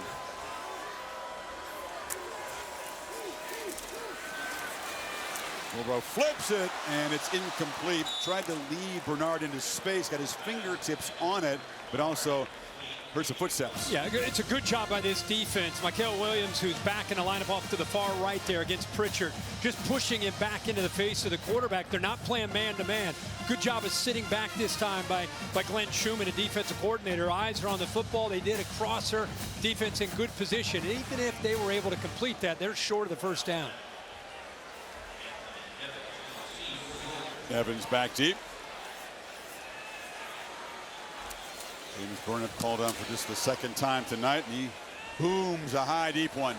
Evans chance at a return, but the Tide fly down there and they knock him down right where he caught it.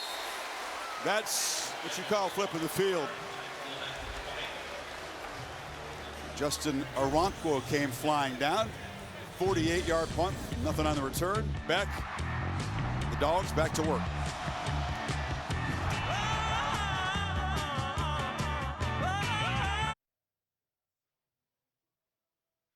Capital One cardholders can get their own rewarding performance when they redeem their credit card rewards for tickets to exclusive events and experiences on Capital One Entertainment. Scan the code on your screen to learn more. Capital One, what's in your wallet? And Carson Beck is a calm guy by personality, can certainly be a very effective leader. Doesn't often have that fire in the eye look, and sometimes the body language isn't what everyone in the Georgia organization would like for it to be. He's got to elevate his play, and he's got to help spark belief in his teammates so the comeback is possible. There's a nice throw downfield. Out of the hands. Right now they're going to rule it it's incomplete. Deshaun Jones came in and knocked it out of there. Well, that's a that's a great throw, but a heck of a play by Deshaun Jones. Gets behind him. See the corner on the outside. He catches up, gets that left hand in there to knock the ball loose. So he gets it in between defenders, but good hustle effort by Jones to get that ball out. If Delp had held it for another split second, it could have been a catch and a fumble. 2nd and 10. Ball quickly to the perimeter. They got blockers out there for Lovett, and he's knocked down at the 25. Boy, this defense flying right now, all night, not right now. They are just one step ahead, anticipating, looking at the formations, running to the football. How often have you seen tonight, not many crimson jerseys and helmets flying in pursuit to the football? Every Georgia's single time. seeking their first 3rd down conversion against Womack's defense. Need 6. Back. Scrambles. Now goes sideways. Instead of going forward to the marker, he'll be stopped a yard short. Jahad Campbell got him down. Just lost awareness, apparently, of where the marker was. Yeah, underestimating the speed of this defense. I don't know why he just didn't keep going upfield. He'd have a shot if he would have just taken off there and gone, but instead he tries to go outside. He has no chance of getting out there. Going forward on 4th down. Cass Jones is the back. He's got the ball. He's powering forward. It's going to be just enough for Georgia to keep the football here. They had to earn every inch of it. Yeah, that is right at the marker. They will move that. Pretty good effort. Not, again, you get to those 3rd and shorts, 4th and shorts against Alabama's defense with the size that they have on that defensive line, the linebacker play that they have. They got that by about 2 inches. They got to get the ball downfield. Got Etienne lined up far left of the formation, right near the sideline. 4 receivers in the pattern. Back. Steps up out of the pocket, takes off, and will slide down after picking up about 8. Yeah, as he took off, the safeties from Alabama started to look at him. He actually had a streaking receiver down that right sideline. I think it was Dominic Lovett. He just didn't see him as he was scrambling. He was behind the line and could have flipped it. That would have been a touchdown. On the edge, there's Lovett. Gets around a block. Dominic Lovett in a foot race, and they'll finally haul him down. That was Campbell showing tremendous speed in pursuit. There's a flag down.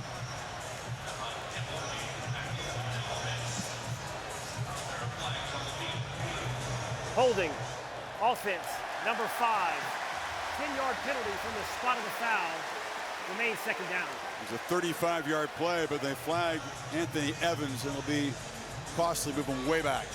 He was right where he caught the football. He just trying to make a block out in front, grabbed a hold of the jersey. So he's just getting right out in front. Good hustle. Again, there's those Alabama defenders, and then he just locks up to onto that jersey there.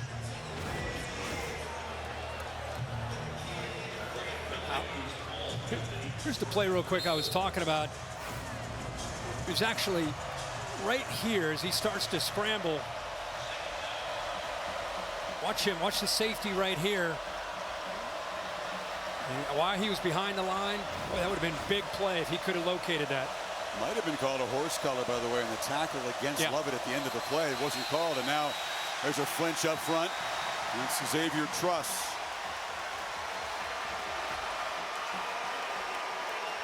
Wondered, which offensive line, they both had their issues in the young season, which could really step up and perform and elevate tonight another level or two. It's clearly been Alabama.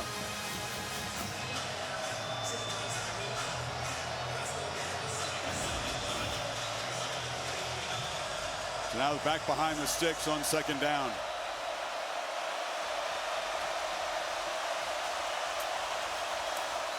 Ranson Robinson tries to cut back. Runs right into heavy traffic. That's been tough all night. Lawson and Campbell there. They've done a really good job of rotating bodies on and off the field. They are staying fresh into this 2nd half. With this defense flying and getting off of blocks. It's James Smith, 23, that's out there. Watch 23, look how quick and powerful he is, gets penetration. Now you're in no man's land, easy to clean it up for Lawson. Another crack at 3rd down. Still looking for their first conversion. 7 guys up there. They don't bring pressure. Ball comes out quickly on the edge and stopped short. Bumped out of bounds there as Evans. Malachi Moore cleaned it up. Good effort by Evans, but it's 4th down again. This time they're going to need about 3, Kirk. How many times have we seen Ladd McConkey run a play like this throughout his career in Athens? And as you said, Evans did everything he could to give himself a chance. Good effort there by Moore, the veteran there on the back end. Another desperation play midway 3rd quarter for this Dogs offense. Protection, throw across the middle, and catch made in traffic by Lovett. Did well to hold on to the ball. Devontae Smith was in tight coverage. And again, another one of these first downs where it maybe by a ½ yard, you pick this first down up. Coming from the left side, trying to get separation on a crossing route. It's a good throw that time out in front. Give him a chance there to not only catch the ball, hold on to it, knows exactly where he needed to go for that first down. Very close. 0 for on 3rd down, but 3 for 3 on 4th down tonight are the Dogs. Twice on this drive. Back down the middle, broken up. Malachi Moore drifting back, got a hand on it as he tried to squeeze it in and says, yeah, I saw that in tape. I'm ready for that one. He did. The veteran graduate, played a lot of football in a lot of big games. Again, just sinking, reading the eyes, head on a swivel, looking for that potential crosser coming in behind him. Got good depth there. It's one of the guys that's the main communicators on this defense, something that Alabama has always been known for throughout the Saban era. And pretty strong in the post-Saban era, too. Etienne, tough run, dragging folks out across the 45. Sets up another makeable 3rd down try here. Alabama playing smart defense. I mean, they're not even across midfield, and this is 11. They have 11 plays. Wow. 5.5 minutes. Yeah, 12 play of this drive. I mean, Alabama's thinking, Womack's thinking, hey, sinking coverage, let's win a line of scrimmage, get pressure, blitz, whatever we can do, rally to the football. If they're going to get a first down, it's okay. Let that clock keep going. Just don't give up a big one. Beck looking for a big one downfield on 3rd down, and it's broken up. That was good coverage on Lovett by Devontae Smith. Kirby all over the place, lost his visor. He is really frustrated that he did not get an interference call. He went with a slot fade to Lovett. Tight coverage there for the nickel. Devontae Smith never locates the ball, and that's what he's upset about. Usually when you don't turn your head, you don't locate the ball, there's some hand-to-hand combat. That's usually a foul, Bill. Surprised they didn't call that one. Yeah, when you're not looking for the ball, you're going to be held more responsible for that type of contact. He said grab the jersey. You can read his lips. Georgia got away with an obvious pass interference at the end of the half. Smith, who defended that play, is being checked out by the athletic training staff.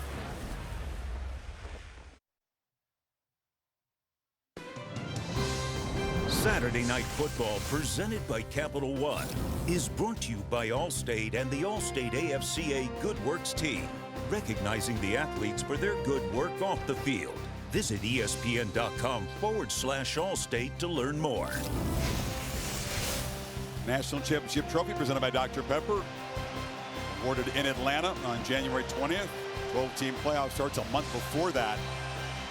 The loser of this game, whoever ends up not winning the SEC, seems likely to host one of those first-round playoff games on their campus. 4th down. Flags down, free play for Beck, who fires across the middle and also throws another interception to Campbell, who jumped the route, but the Tide jumped off, and then it'll make it 4th down and perhaps just inches. It may be enough to give him a first down. A couple of flags down, actually. Fouls on the play by each team. Holding, offense, number 55. Offsides, defense, number 23 in the neutral zone at the snap. The fouls will offset, remains 4th down. Wow, so instead of a free play, it's actually offsetting penalties, and it'll be 4th and 5 again. Not just a free play, but probably first down. Yep. New set of downs. Instead, the hold there. Mental error by Jared Wilson. They keep disguising. They keep messing with his offensive line and the quarterback back. They've had him rattled throughout the game, mixing up these looks. Like I said, sometimes pressure and drop, sometimes show it and bring it. Now they're disguising. Four-man rush. Beck gets the pass away, incomplete, and there's a flag that comes in. Cash Jones came out of the backfield, was grabbed by Deontay Lawson. Well, the one that Kirby was fired up about, with the fit to back, didn't get his head turned around. Defense, number 0. The ball be placed at the spot of the foul. First down. I mean, he does grab onto the jersey, but I don't think he's going to make this play. But right there, he definitely grabs on.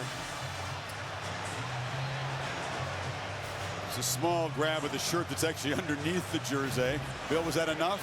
Yeah. It's the 13th play of this drive, and they're now at about 6 minutes. A grinding drive. Another downfield shot into traffic. Malachi Moore came tracking. He's just kind of flirting with an interception almost every throw, Kirk, it seems. Yeah, they drop safeties. Again, he's getting a pre-snap one high look, and then you see this looks like one high, but it's a snap of the ball. You get a safety that drops back here. So now he can play that half of the field. Good job of getting his body turned, and now he's got a chance to show the range and almost comes up with that interception. But Carson Beck, as a veteran, really getting fooled by the defense and the looks that Kane Womack's giving him. You said I said a lot of tape. I didn't see any of this stuff on there. Short throw, catch made on the edge, and breaking a tackle is Lovett, who's off and running. Lovett, their most explosive pass play tonight, and the true freshman Red Morgan, who's in for Devontae Smith at the moment, missed the tackle. Bring 8 on pressure. We just talked about how they're showing it and dropping it. This time they bring it, trusting their defensive backs to hold up on islands. Good job of shaking Red Morgan there. Huge yards after the catch. Play 15 of the drive, finally in the red zone. Right down the middle, high throw, touchdown, Arian Smith. And the Dogs still have life thanks to a huge march of 80 yards. Took 6:44. This is the improvement of Arian Smith, who used to be just kind of a straight line guy. Watch this release. Outside jab, upfield, getting that separation. Easy throw when you get a receiver who wins at the line of scrimmage. That time Carson Beck says, thank you very much. I got an open guy downfield. And that drive is 15 plays and 6:44 off the clock. Offense on the field. Kirby Smart electing to go for Dose. Brought to you by Dos Equis. They tried it before, and a penalty set him way back, had to kick the point. This to make it a 15-point game. On the move. Flips it back across his body, and on the back line, Lawson Lucky, the tight end, catches the conversion, and it is a 2-score, not a 3-score game, thanks to that conversion. Yeah, motion Smith. You have trips now to the right. Once you motion him, you got 3 receivers, then he's going to roll right. And here's the receiver, the tight end that he ends up throwing back to, Lucky. All the attention out to the right. Good job of coming back. Opens up nicely, and he puts it in a place where Lucky, big, tall, 6'4", tight end, holds on to it, like you said, do it in 15. Pass was slightly deflected by a fingertip before it got to Lucky.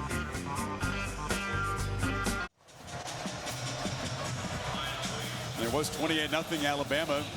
Since then, the Tide haven't scored on offense. Got the safety, but Georgia with a couple of touchdowns.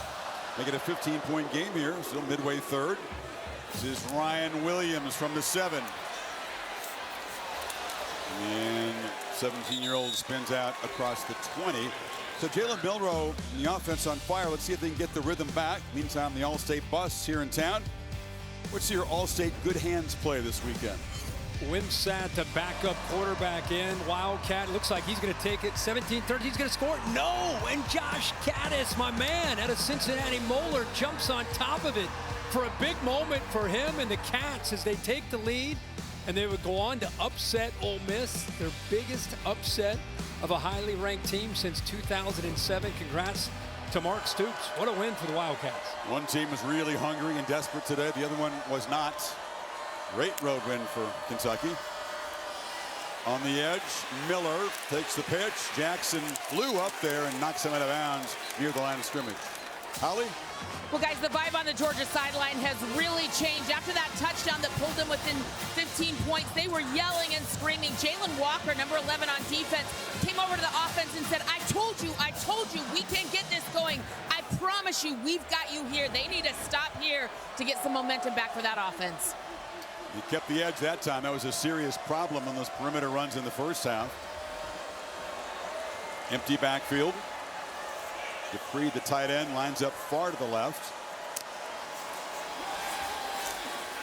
Milroe, lots of time, and an easy pitch and catch. Williams has first down yardage out across the 30. Really good read, being patient there. I thought initially he might try to throw to the tight end. He came off of him in the middle. Had a nice opening once again, and that Georgia zone defense just sitting nicely, the freshman. And now the freshman goes down the middle. Williams bobbled and caught. And the incredible start for this prodigy continues. He made that an adventure, but another electric play from number 2. But you put Malachi Starks as a safety who can cover on the electrifying freshman. He's got great ball skills. That ball gets behind him. What a job there by Williams' concentration. But how about Milroe going to the 17-year-old freshman against the crafty veteran Starks, and he hits it. 1, 2. How many times did he bobble it? Like 3 or 4. Great focus, as you said. He has the it factor. He's just him, as they say. You cannot believe that this guy is the age he is. Saraland High School down the Mobile area, where so many great Crimson Tide players have come from. 54-yard play as Alabama gets the spark on offense they haven't had, and he's on the verge of leading his team in receptions and in receiving yards in all 4 games of his college career. That's incredible. And it's going to be a good college career. Think about that. Walker down, who Holly just talked about, was trying to motivate the troops on the sideline.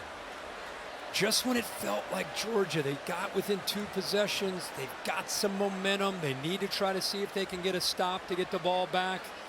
Milroe comes right back and goes to the freshman. Who to look to convert on that 3rd down, and then the next play they attack down the field. Holly? Well, guys, the coaches were telling us that Ryan Williams, at just 17 years old, came into this Alabama program, and they didn't promise him a starting job. They told him you have to earn it. So he started out on the 3rd team offense. They said it only took about 7 days before they started to move him up. Finally, Jalen Milroe, the quarterback, came and said to the coaches, hey, I think he needs to be a 1. He made it, worked his way up, and you can see the skill and the talent that's dazzling. First college catch was an 84-yarder for a touchdown. That was against Western Kentucky. Many wondered, could a guy this young, as talented as he is, step up and produce against the Dogs? And an emphatic yes would be that answer. Pretty cool that the veteran quarterback says to the coaches, hey guys, that kid too, he's 17. Guess what? He might be our best. We got to get him up off the 3rd team, move him up. The first stop on the plane after DeBoer got here and met the team to re-recruit a guy who had decommitted, as many players do. Go down to Mobile, get the family together, get him back in the fold. Good call. It was the number 1 priority, basically. I see why.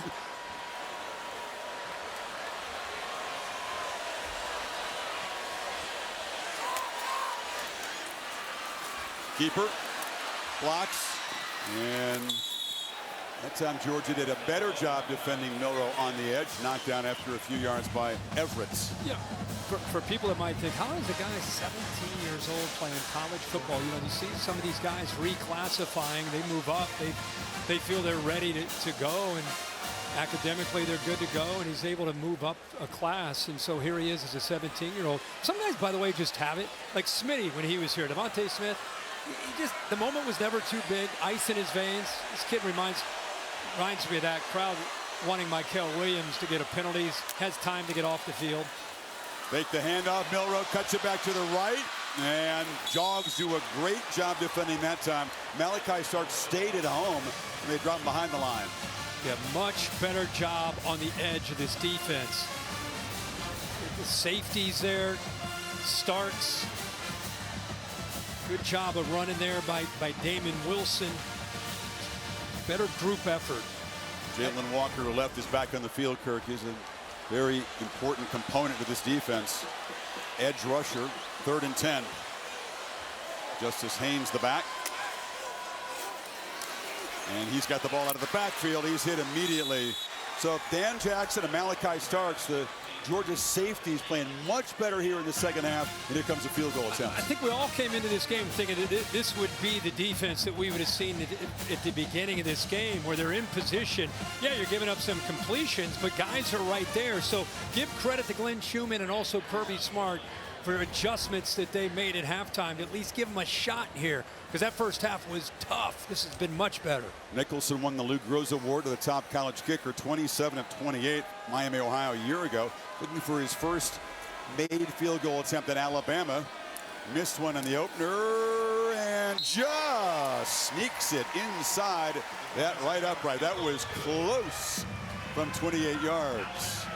So a 69-yard field goal drive to lead back to 18 as we check in with Kevin Negandhi. Chris, how about our Dr. Pepper Fansville studio update? You talk about Williams being the freshman star in Tuscaloosa. How about the freshman star at Ohio State, Jeremiah Smith? 2 one-handed catches on this drive alone, including that touchdown grab. Number 3, Ohio State up 38-7 over Michigan State. Back to you and Kirk.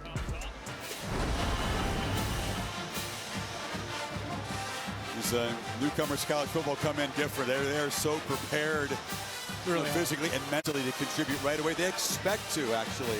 Yeah, Jeremiah Smith, Ohio State, think about who they've had. Marvin Harrison Jr., Chris Olave, Garrett Wilson. I mean, the list goes on and on. Jackson Smith and Jigba.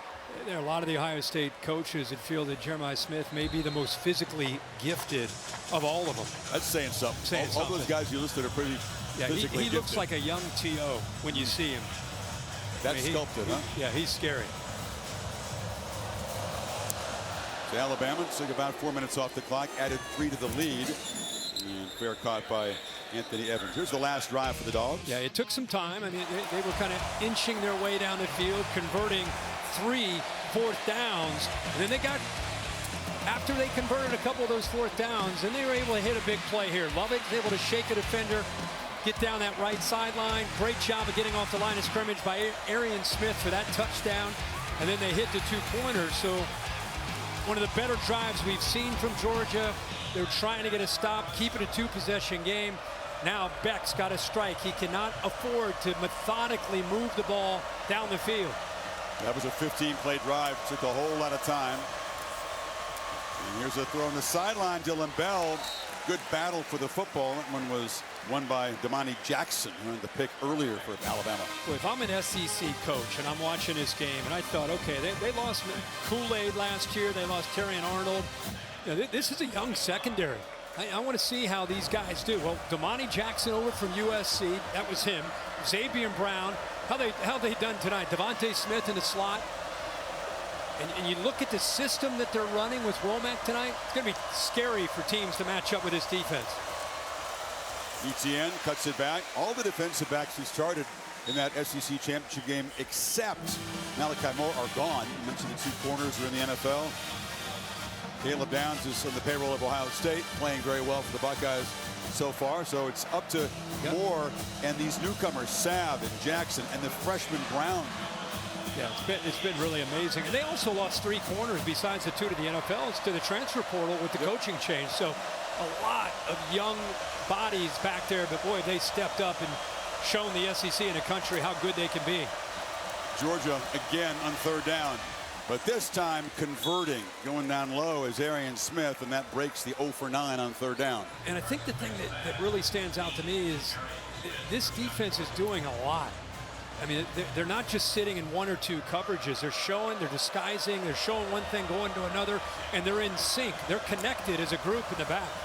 Playing fast, final 20 seconds of the 3rd quarter. there, and going back to try to make a catch is Oscar Delp. But again, the ball placement from Beck was not what he wanted. No, he threw that behind him. And we've seen a few of those where it just seems like he's falling off the throw, leaning to his left after the throw. And that's what brings the ball to the back shoulder there. He's not intentionally trying to put that there. He's got room to put that just in front of him and be able to get that catch. So just by that much that I miss it. But again, Delp, big tight end, not a wide receiver. Tougher for a big fella to make that adjustment. Beck, long throw to the sidelines. Hard-earned catch made. And Bell dragged down in the field of play, and that will do it for the third quarter. Well, Georgia cut into the big lead by 5 points in the third, but 15 minutes to play in this late September collision in Tuscaloosa, and it's Alabama up by 18. Back after this message and a word from your local ABC stations. You're watching the SEC on ABC.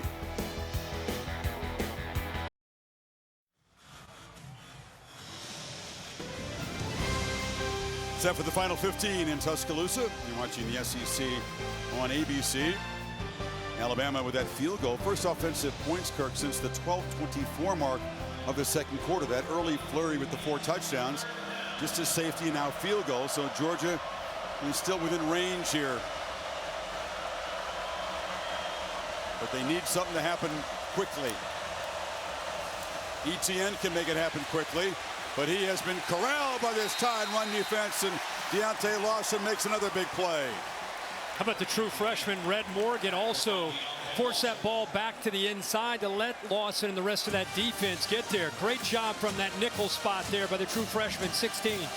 Preston to duty as Devontae Smith left the ball game with an injury. Fourth down again. They need 6. Or else the Tide are going to take over in plus territory. Look at Lawson, that green dot linebacker 0, just takes control like a quarterback there. Really good player, communicating, getting everybody lined up. Back across the middle.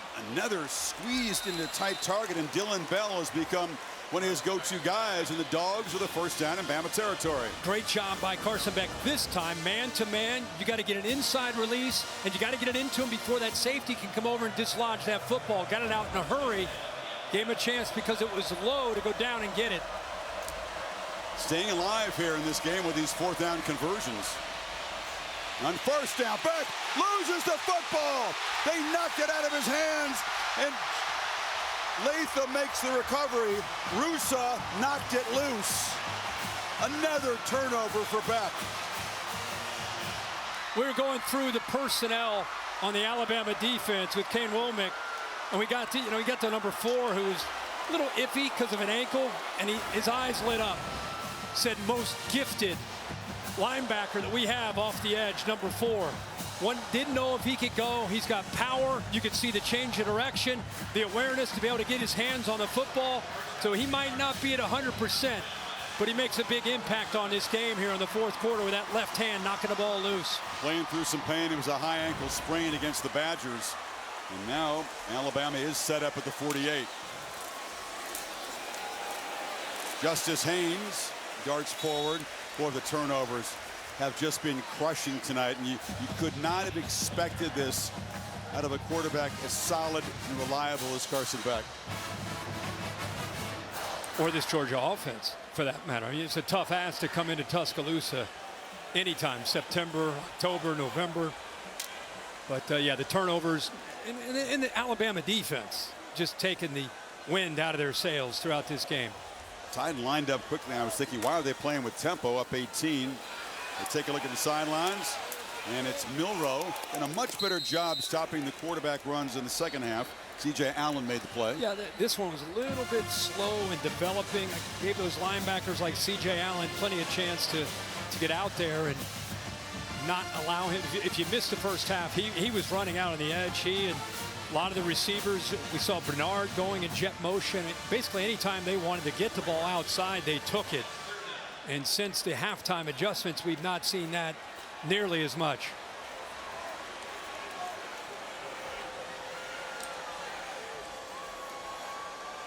Take the play clock down.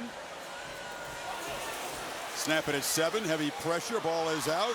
Justice Haynes will be stopped behind the line of scrimmage there by Warren Brinson. One of those guys who's been playing through some pain. Got hurt against Clemson. Back tonight.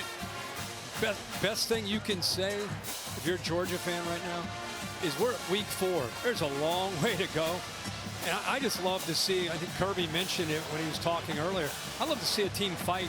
I mean, I just love, especially early in the year, they're not giving up. This defense is doing everything they can to try to get the football back. You'd expect that from a Kirby Smart team, but it's good to see that from a champion who's won 42 regular season games in a row in the regular season. And tonight it's not going their way, but they're still fighting on that defense. Burnham, who can kick it a mile, tries to hit it softer and have it check up, and it's going to bounce into the end zone. Oh, just eluded coverage team down there trying to down the ball at the 1-yard line. It was Emmanuel Henderson. So, touchback. Tremendous history at this program, putting the gentleman in the center, and now Kalen DeBoer era is here. The Tide looking strong.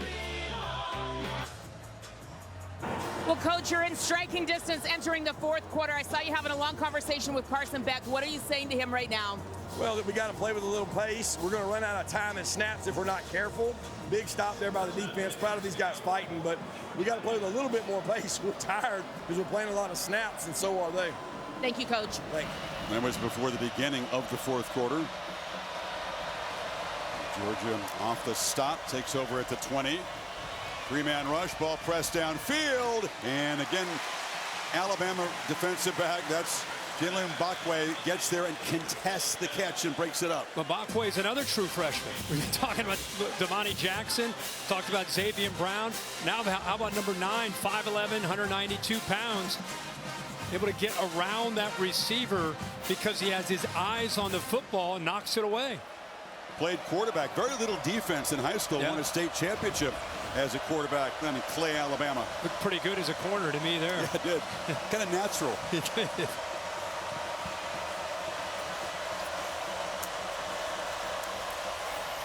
Back, trying to escape. Checks it down. Etienne held inbounds, picks up about 8. Part of this is because it's 33-15, but they've been in catch-up mode since the first half. We're talking at the break. Without McConkey, without Bowers, who's the game breaker? Who's the guy that can score? You get down like this, who can, and part of it's Bama's defense and what they're doing, but who's the guy? Arian Smith had one play downfield tonight. Yeah, and he's done it throughout his career, but somebody's got to be able to get downfield. Is it Smith? Is it Lovett? They need a chunk play. Trying downfield again. This is Lovett in a battle, and it is broken up again by that freshman Morgan. They're taking shots. They're just coming up empty. Yeah, so that's the 3rd true freshman on the back end that we've been talking about. Xavier Brown won, saw Mbakwe, and now Red Morgan is, like we keep talking about, he's been in defense as a run defender. He's been able to step up. Now he's out there making plays downfield in coverage. They need to convert yet again on 4th down. Need 3 here, 4 for 4 so far tonight. That's the only reason they're still in this game. Back across the middle, and that one they don't convert, but a flag comes in. That was Keon Sabb in coverage against Lawson Lucky, the tight end.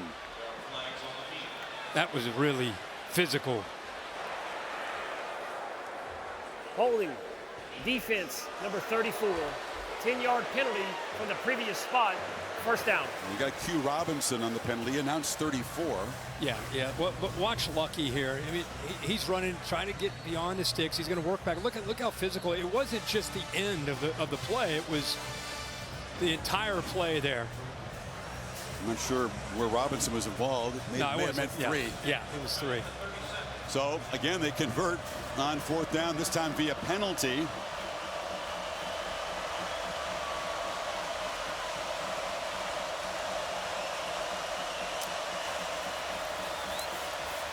Across the middle, and that's an accurate throw and a nice catch by Evans in traffic. He's come up big tonight. Had just 1 catch coming into this game.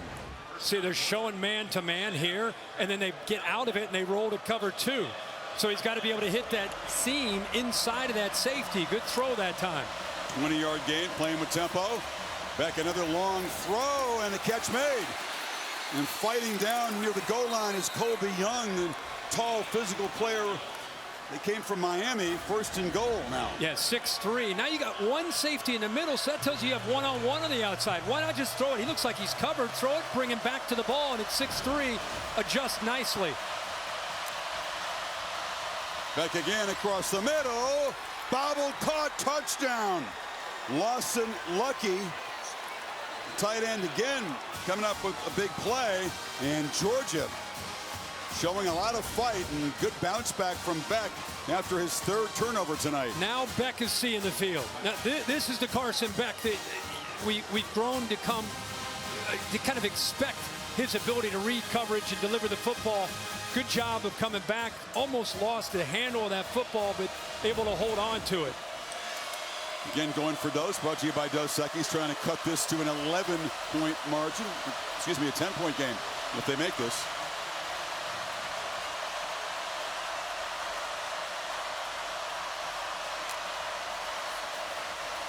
Batted away.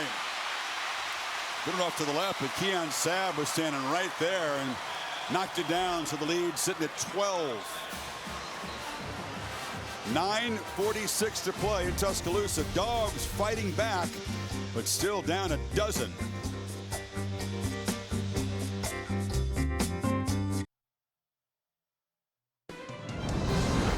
Saturday Night Football is presented by Capital One.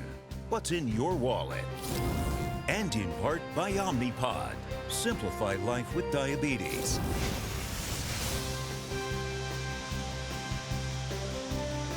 Beautiful evening in Tuscaloosa. Goodyear providing the aerial coverage. Road tested and game ready. Are you ready for the road? Goodyear, more driven. That's a fast drive by Georgia. Kirk, that was not methodical. They went 80 yards in less than 2 minutes. Took them to 6 plays. 2-point conversion batted down, so still a 12-point game. Job not done for Milroe and the Crimson Tide yet. No, got to be careful getting too conservative too. Booted deep, and the fair catch is going to be made by Adams. Check it with Kevin Nagani in the studio. What do you have, Kevin? Chris, time now for our Chick-fil-A move on the field on the blue turf. Try to stop Ashton Genty. Washington State can't. Look at number 2, go through the line, and then around all the white shirts. It's the 4th rushing touchdown of at least 50 yards for the Boise State Star this season. Right now, it is Boise at home, up 10-7. Back to you and Kurt. Kevin, thank you. Nod of the head from Mike Black, our trusted spotter, who's a former Broncos kicker. Over looking to throw in first down. Pump fakes, pats the ball, and now throws it over the head of Dupree, who was well covered. And for Nick Sheridan, who's the play caller, this becomes a time where you're working with a 12-point lead, 9:39 to go. Like I said, you don't want to be too conservative. Being aggressive has worked for you, especially in the first half. But you just want to be smart. You want to continue to find your spots, but at the same time, clock just stopped after that incompletion. Not quite as crisp. The edge has come off this Alabama offense, and the Dogs playing much better defense after halftime. They've handled Milroe on the ground, only 7 yards in the second half on the ground, 106 on the ground first half. Got to snap it quickly here. You just get it off. Milroe looking to run again. And not quite enough to get around the edge. Shoved out of bounds by freshman KJ Bolden. And the Tide have really struggled on third down themselves tonight. Just 2 of 8. Will need 7 here to avoid giving the ball right back to Georgia. You're talking about a huge play right here. I mean, this is big with under 9:30 to go. Opportunity for Georgia's defense. Can they get pressure? Can they come up with a stop here?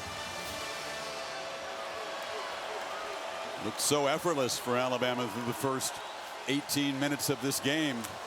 A lot tougher now. They bring some pressure. Milroe right down the middle, threw it behind Cole Adams, but he went down and got it, and they do convert. Big throw. Yep. So they're spying with a couple backers right here, but they're playing man-to-man behind that. Now you got to be able to win. You got to get separation right here. It was exactly what they're able to do there with Cole Adams. Made that look really easy walking away from Dalen Everett. Wasn't perfectly on the money. Nice adjustment to collect the ball by Adams. When he's that open, right? I mean, yeah. You can throw it. He can adjust. Time they hand it off on first down to Miller, and he's knocked down for a loss by Christian Miller.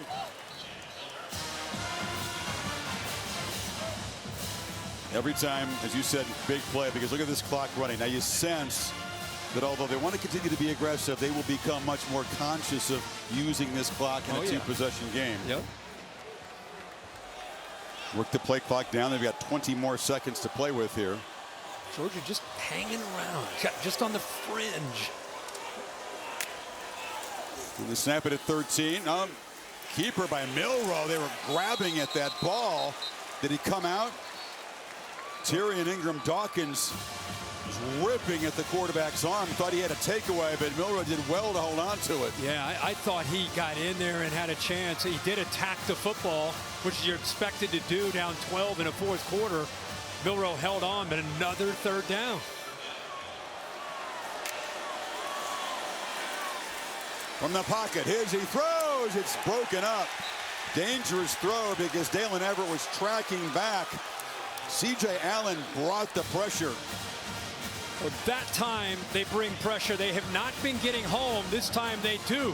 A little bit of movement here. Alabama going much faster there on that third down, but nobody picks up C.J. Allen. And those defensive backs all lined, all five of them right at the first down marker, knowing exactly where those receivers were trying to go. That time 6, able to work around the freshman. Aggression has worked, as you pointed out. So is playing with some tempo. In that possession, some incomplete passes. They did not work the play clock down several times. Could have chewed up more of this. And now Beck will get the football back. So about half of the final quarter to play. They'll go 5 yards back here for Alabama. False start. Offense, number 18.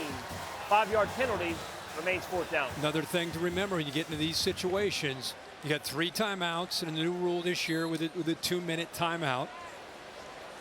So it's all about how quickly can you move down the field. If you are able to, how quickly can you move down the field? Different look here. Georgia's got 2 men deep. Evans and Starks. And it bounces around dangerously. That bounce near where a couple of players were engaged in a block. Apparently it did not touch a Georgia player, and the Dogs will take over the 22, just a 40-yard punt.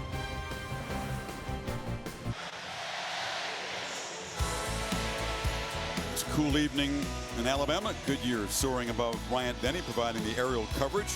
Winning is easier when you are road game ready. Are you ready for the road? Goodyear is more driven.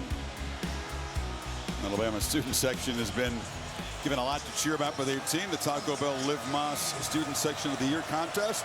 Download the Taco Bell app to learn more. Beck and the Dogs within a dozen.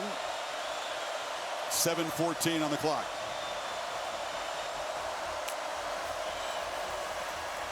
Beck steps up, pitches downfield, and hits a man. It's Cash Jones, who's become a weapon out of the backfield, and all of a sudden, Georgia in Bama territory. Yeah, they do a nice job of sliding him out, kind of on a wheel route here. Watch the coverage adjust with the receiver that goes downfield, Bell. Then he gets behind that defensive back. How about that throw by Carson Beck? This is the 15 we're used to seeing here in this second half.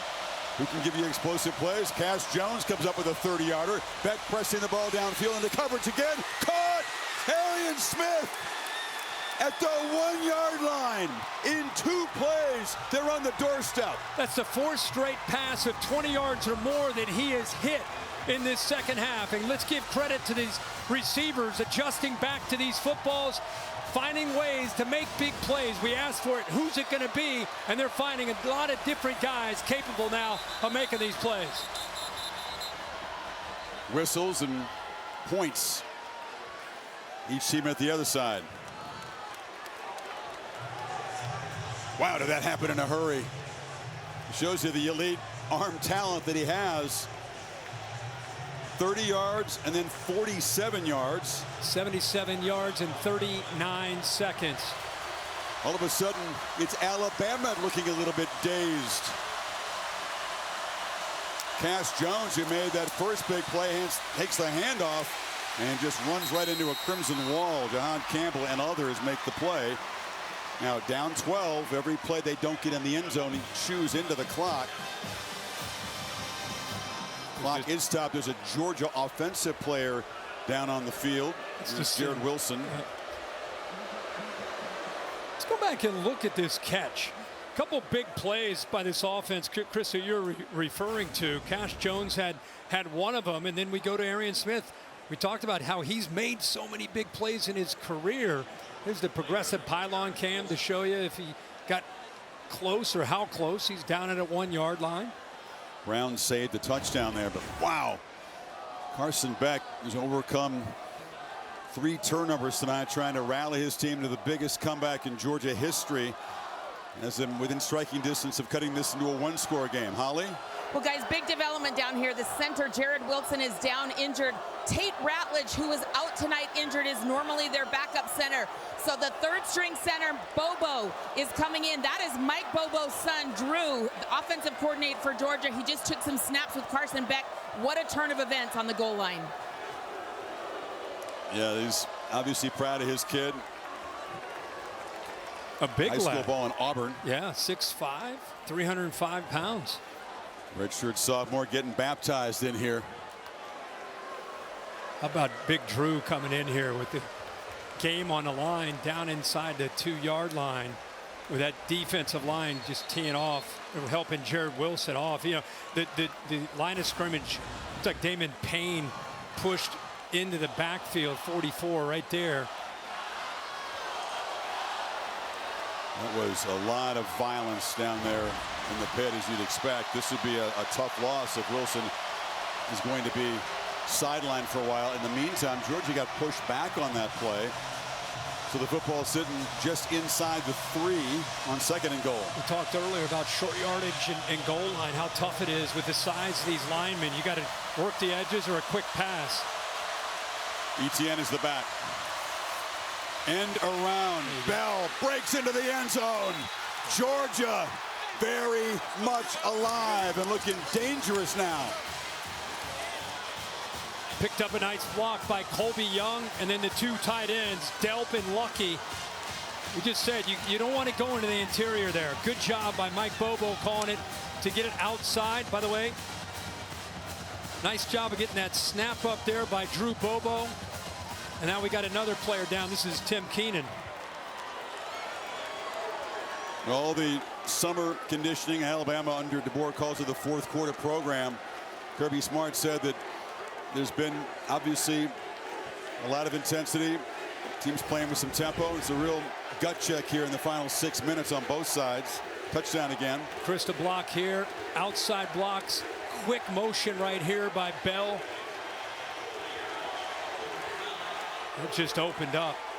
Well, we said there's going to have to be urgency, quick strike, and they've delivered that. Last 2 touchdown drives, 80 yards in a minute 46. That last one, 78 in a minute 35.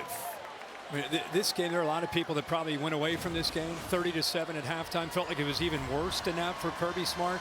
Kirby Smart goes in there, not used to talking to the Bulldogs when they're down like that. Usually other teams are down like that. And we kind of kept saying as they were working their way back, you know what? He should be proud of his team. They're fighting. They're continuing to give themselves a chance. It's exactly what he probably told them. Just keep plugging along. We're going to get back into this game. And now, here they are, within less than a possession here, taking a lead. We have 1 possession. You just go up. It's 28-0 about 3 minutes into the 2nd quarter. 28-5 has been the edge for Georgia since then. And Alabama, where they got a little comfortable in the lead, they've not throttled back on the aggression in terms of the play calling. They haven't been nearly as crisp, and Milroe has really been contained as a runner and a thrower for the most part since then. We were talking at halftime. I think Milroe just won the Heisman. I mean, it was like that kind of first half. Incredible in every phase of the game.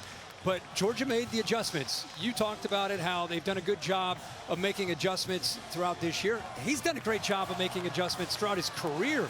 as a coach. And so that's not surprising. What's surprising is that their offense and Carson Beck has caught fire here in this second half. All of a sudden, Milroe and this Alabama offense have got to come away with some points here, or Beck and this suddenly on fire Dogs attack is going to get the ball back with a chance to win it. And this is mishandled by the freshman. A disastrous play. They have to just fall on it. That was Ryan Williams back there. Not a role that he's really played as a returner. Inexperience showing, and they're really backed up. And they're looking at each other. You know, they're looking at each other. You have it, I have it, do you have it? And again, that's a 17-year-old. Not that it's his fault, but it's just miscommunication. And Adams just says, I got to get on top of this football. So they're inside their own 5-yard line. Alabama had 355 yards of offense and 30 points in the first half. They have 98 yards and 3 points here in the second half. And now they're backed up into, what are they, the 2-3 yard line? Man, has the mood shifted in here. High anxiety for the Tide faithful here in the end zone. Haynes trying to run out, just gets a little breathing room out near the 7. How crazy is momentum in this sport of college football? In Alabama, their fans have been singing songs and having a great time and thinking about what they're going to do after the game. I'm talking about the majority of this game, 85, 90% of the game. And Georgia just kept battling. Here they are. Milroe from the end zone. High throw, dangerous, and the catch is made for a first down by Jeremy Bernard. Not quite as accurate in the second half, Milroe. Bernard had to make a nice adjustment there. And Miller got pressure on Jalen Milroe and forced him to throw that ball and kind of fall back as he threw it. And I think that's what impacted his accuracy. Nobody picks him up. You see him have to kind of fall back on that football. He's lucky he's able to get that over top of the big defensive lineman. So a fresh set of downs, a chance to bleed more clock. Here's a first down carry by Haynes. Doesn't want to get out of bounds. I know the quarterback's more comfortable operating at tempo, but it would be nice to bleed a little more clock. They're not working the clock down anywhere near 0 before the snap again in this last series. No, and that's the dilemma when you're working with a lead here, you know, with a new staff and a new coordinator, a new play caller. You know, do you bleed it and go ultra conservative? You know, they're like you said, they're not working clock at all here, up 5. Second down, long throw. Catch is made by Dupree, but he's hit immediately there by Julian Humphrey. Short gain, and will set up a third down, and they'll need about 4. Alabama's facing a defense that has more depth. Remember, that was an issue for Georgia. They had some of their defensive linemen down. They're back tonight. They're doing a great job of rotating, allowing them to stay fresh for moments like this in this game.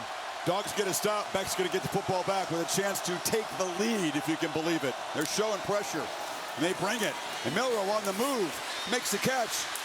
Justice Haynes doesn't quite get there. C.J. Allen stops him short of the marker. 4th down. Decision for DeBoer. Does he dare go for it here? Wow, big decision and great hustle from this defense. C.J. Allen was blitzing on this play. Number 3, he's in the middle of the defense.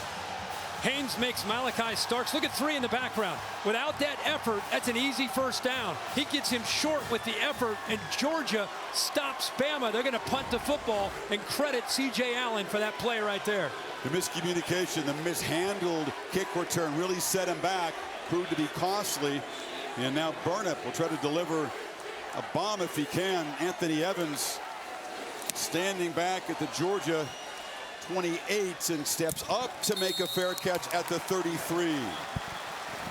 Carson Beck has looked incredible in these last 2 drives from Georgia.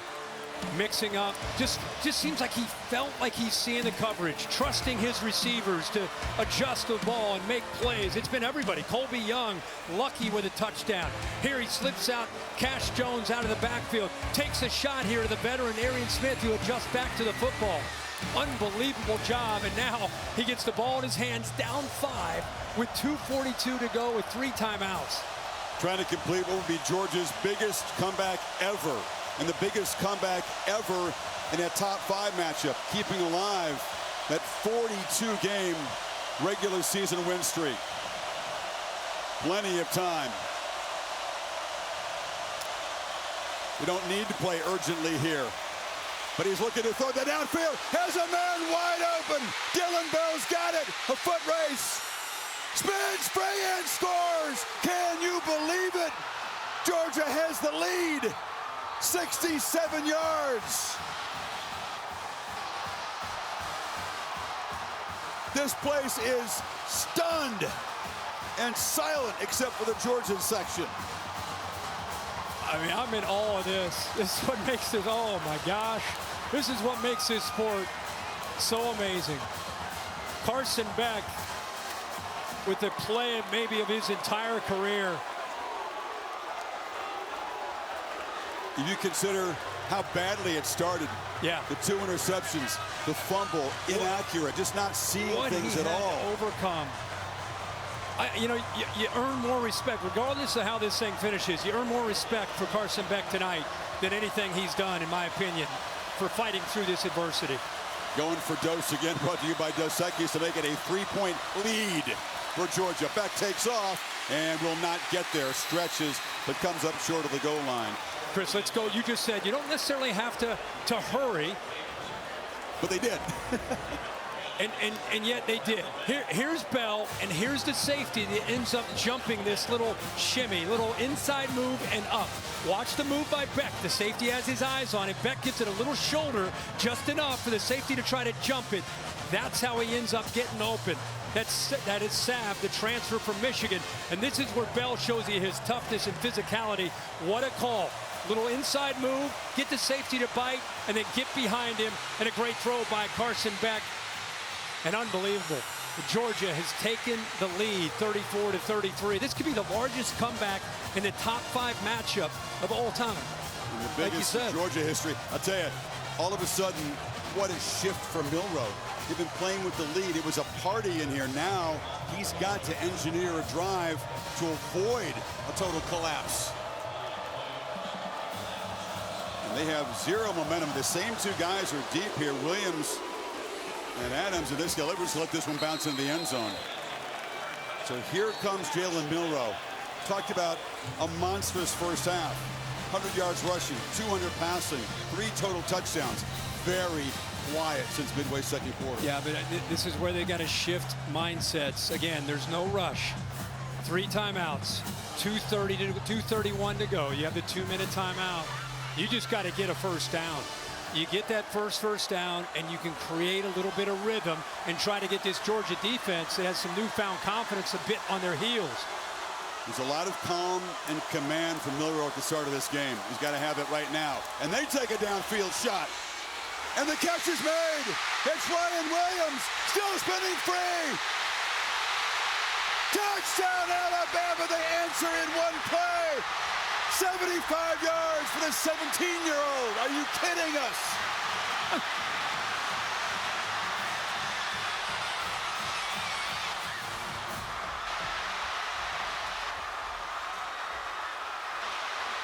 Pandemonium in here. Unbelievable. We're saying just get a first down, create a little rhythm. Instead, they go for the jugular, middle field safety, one-on-one matchup. Why not go to the 17-year-old lined up that time against an inexperienced corner who's got talent in Humphrey? What an adjustment back to the ball. This kid just has the it factor, and he showed it right there. Time to go for Dose again. A lot of beer handed out here in the fourth quarter. Dos Equis bringing it to you. This to make the lead 6-7 actually. Low throw, goes down and grabs it. Jeremy Bernard. Wow. Well, Chris, this is a great read by Milroe, who hasn't really made a play since the first half, but what he saw is this right here, a middle field safety, which tells him, I think I got a shot to my guy that can make a play to the outside. He's one-on-one. Look at the DB, never located the football. The receiver, Williams, does. That's why he was able to adjust back. Julian Humphrey never saw it.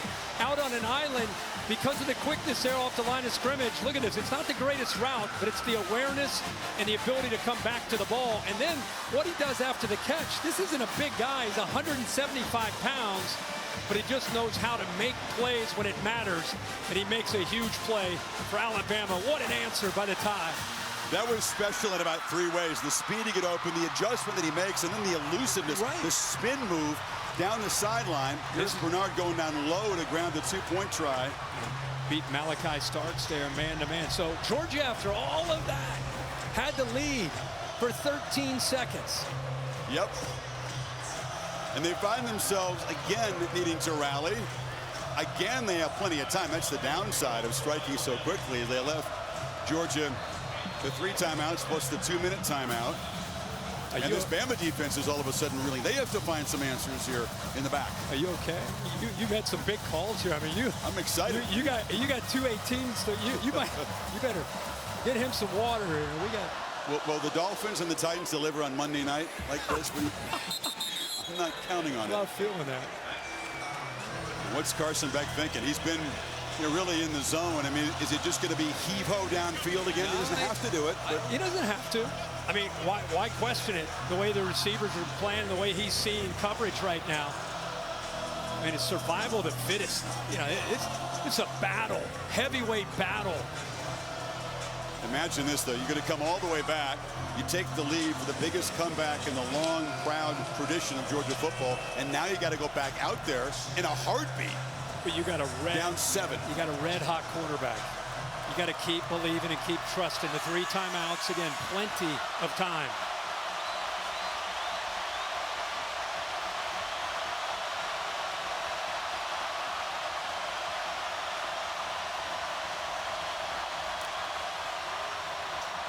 Quick throw, far side, incomplete off the hands of Arian Smith. I'm going to tell all these players, Kirk, that, hey, in the 12 playoff era, you can lose this game. Yeah, right. It doesn't really matter. There's no implications that are earth-shaking for the playoff. You want to remind these guys who are playing this way? These kind of guys, you could play them in ping pong and they're going to swing it as hard as they can.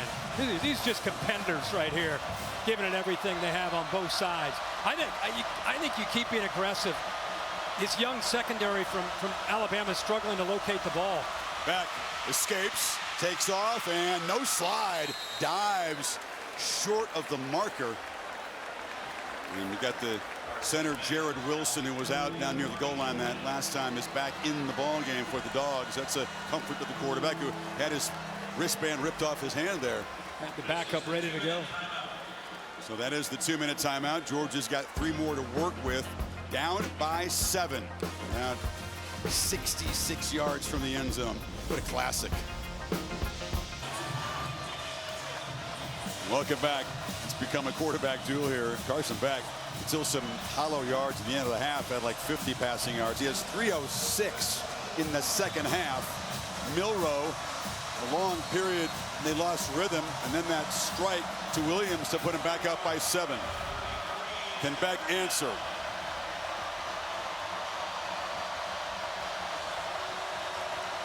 A lot of cushion. Alabama playing off these receivers. Trying not to give up yet another big play. And Etienne plows forward and drives for a strong run up near the 45. Yeah, that formation to the right opened things up. There was no one on that left side remaining. So easy for the offensive line to open that up. And Etienne, still with fresh legs here in that 4th quarter, got downhill in a hurry. All 3 timeouts left.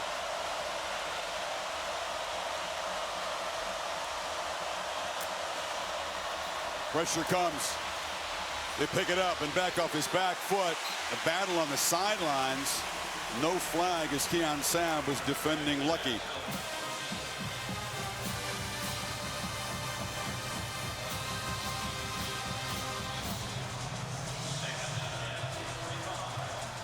Test of stamina, mental and physical, with this Alabama defense. They have been ripped apart, really, by Beck in the second half.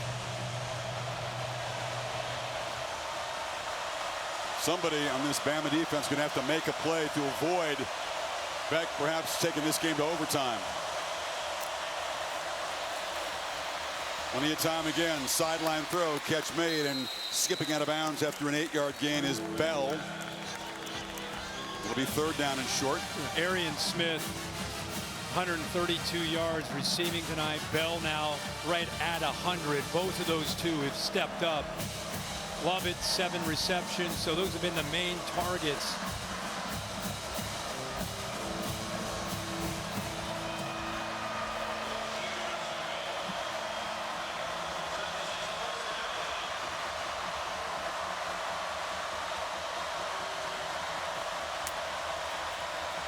They fake it to Etienne. Beck looking to launch downfield, and it's incomplete. Another battle for the football between Lovett and Devontae Smith, who's come back in the game, and it's 4th down yet again. You know, Young does the hard part there, but he just doesn't hold on to the ball. That ball's thrown behind him. That's very tight coverage that time, but by Smith. Does a great job of coming back, just doesn't hold it. 4th down. Ball game on the line here if Alabama can get a stop. They are press man across the board, tight, making these receivers work for it. The only soft coverage is there.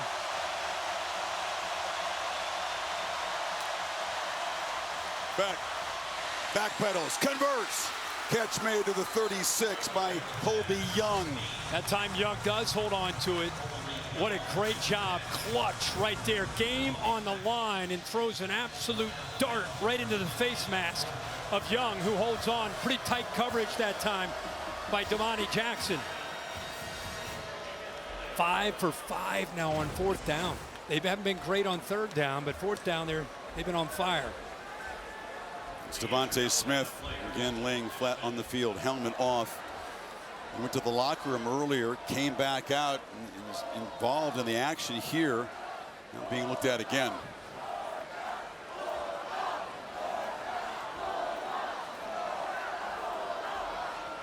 So with Smith down, either team taking a timeout there, and they'll help him off the field. Prudential brings you the rankings. Texas eventually pulled away at home against Mississippi State. Ohio State tonight win at Michigan State pretty easily. Ole Miss falls to Kentucky. This one early. This one's early. That was a shocker of the day. Ole Miss losing at home to Stoops-y and the Wildcats. Perhaps Miami's escape against Virginia Tech will not be the only wild finish we see here this weekend. Yeah, that was a crazy one. Georgia 36 yards away from the end zone. Plenty of time.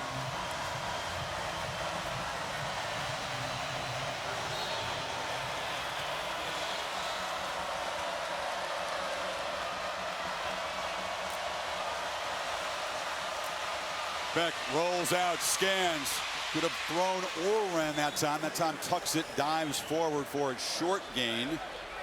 Clock running. Yeah, Kirby uses a timeout there. Smart decision by Beck. Once he cleared out of the pocket, rolled right, there's nobody open. Alabama had everybody covered, and so instead of throwing it away, at least he picks up a few yards, and they use their first timeout. See, Kirby wants to kind of hit the pause button here. Let's stop and think this out. Don't have to play in a hurry here. They do still have the 2 timeouts. I love to watch the communication. You know, you get to a timeout, you think it's all about the coaches, but when you have a guy like Beck who understands things, you know, he's in the middle. He's talking to different players. He and Etienne talking things over. You know, they really value what he brings to the table. He's out there. He's the one seeing it. So they trust what he's seeing, what he's feeling. And he sure has felt it in the second half. Great field coverage, delivering the ball much more on time, more decisive. Milroe, who just put his team back in front, perhaps wishing he could have spent a few more seconds on the field. Got a matchup up top, one-on-one. Final minute of regulation. There it is.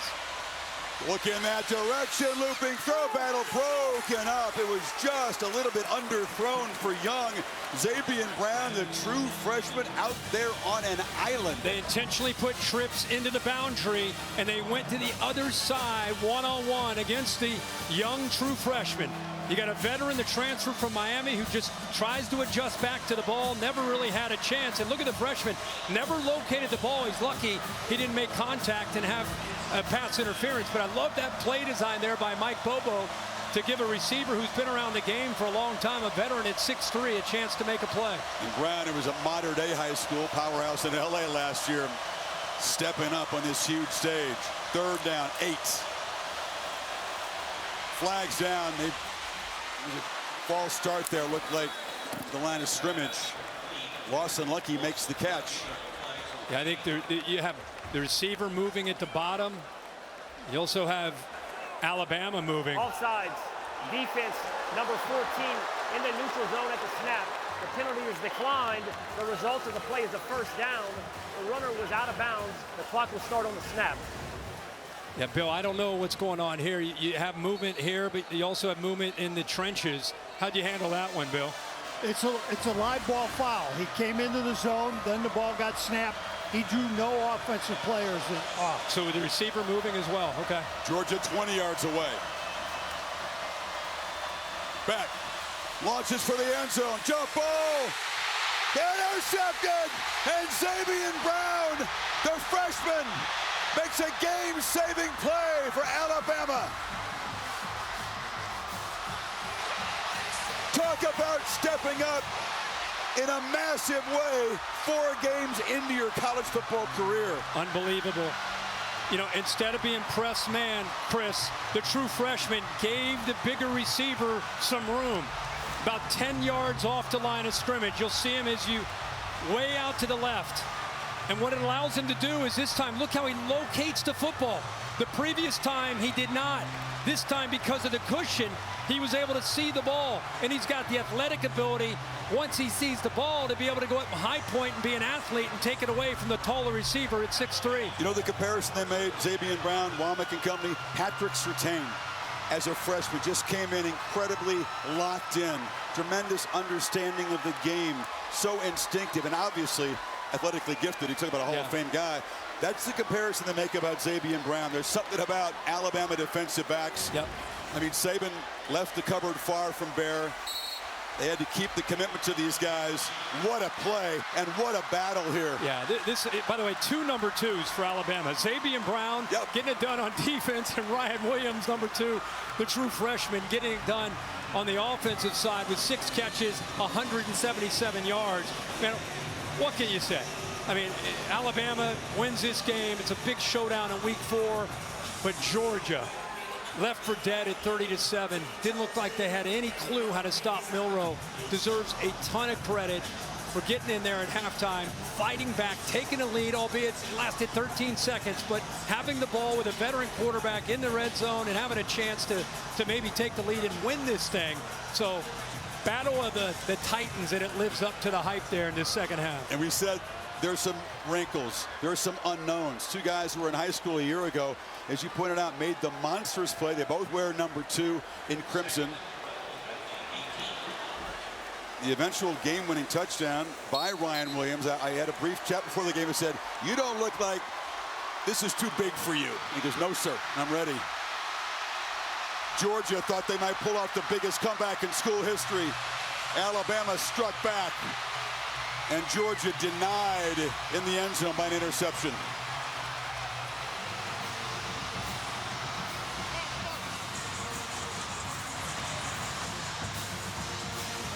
This game felt no different than the collisions, the national championship on the line, with the SEC championship on the line. Every bit as hard-fought and compelling.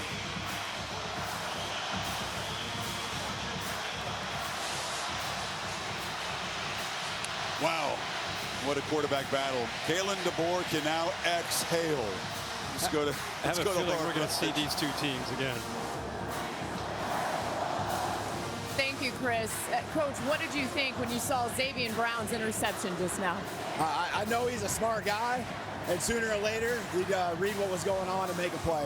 Super proud of the young guy, you know, learning. He's only going to continue to get better. He's a heck of a player. Georgia came fighting back. You expected that they would be able to do something like that. What can you say about your team holding on in the end? Yeah, they're a great football team, you know, and you know that you're gonna get that pushback by them, and I'm proud of our guys, you know, coming back with a little firepower of our own and making our plays when we needed it most. How about the performance of Jalen Milroe tonight? Yeah, I mean, you know, coming out of the gates, and you know, I really felt like the last 2 weeks of practice, there were some steps that were made and some little things, and he's got more ahead of him too. There's more room to grow, but he did a great job. We gave him some time. He got comfortable early, and you know, he can do it with his legs and through the air. Congratulations on your first SEC win as Alabama's head coach. Thank you. Roll Tide. Holly with Jalen Milroe. Well, Jalen, what a turn of events. What's going through your mind at the end of the game there? Your defense is trying to make a play. The biggest thing that we have on our team is grit, determination, is commitment from everyone on the team. Offense, defense, all clicking on all cylinders. We've been trusting upon one another. I think that's so important when we play great teams like Georgia. We knew it was going to be a fourth-quarter ball game. It's all about trusting in our level of training, never rising to the occasion. So I thought that was very important. And I'm just proud of our defense, proud of our offense, just constantly just going and attacking. You started this game and put a lot of points on the boards by being quick and using your legs. You finished the game by having great accuracy. Tell me how you balance both. I think the biggest thing is having eye discipline. And it all factors into practice. You know, Coach DeBoer talks about eye discipline, being keyed into your details. And I think that's so important when we play a team like this, and then falling back to, you know, back practice and then building upon that. So I think that's so important. And it was a key factor into our success today. Georgia had taken the lead in this ball game. You take the field. Tell me what you saw on that play with Ryan Williams.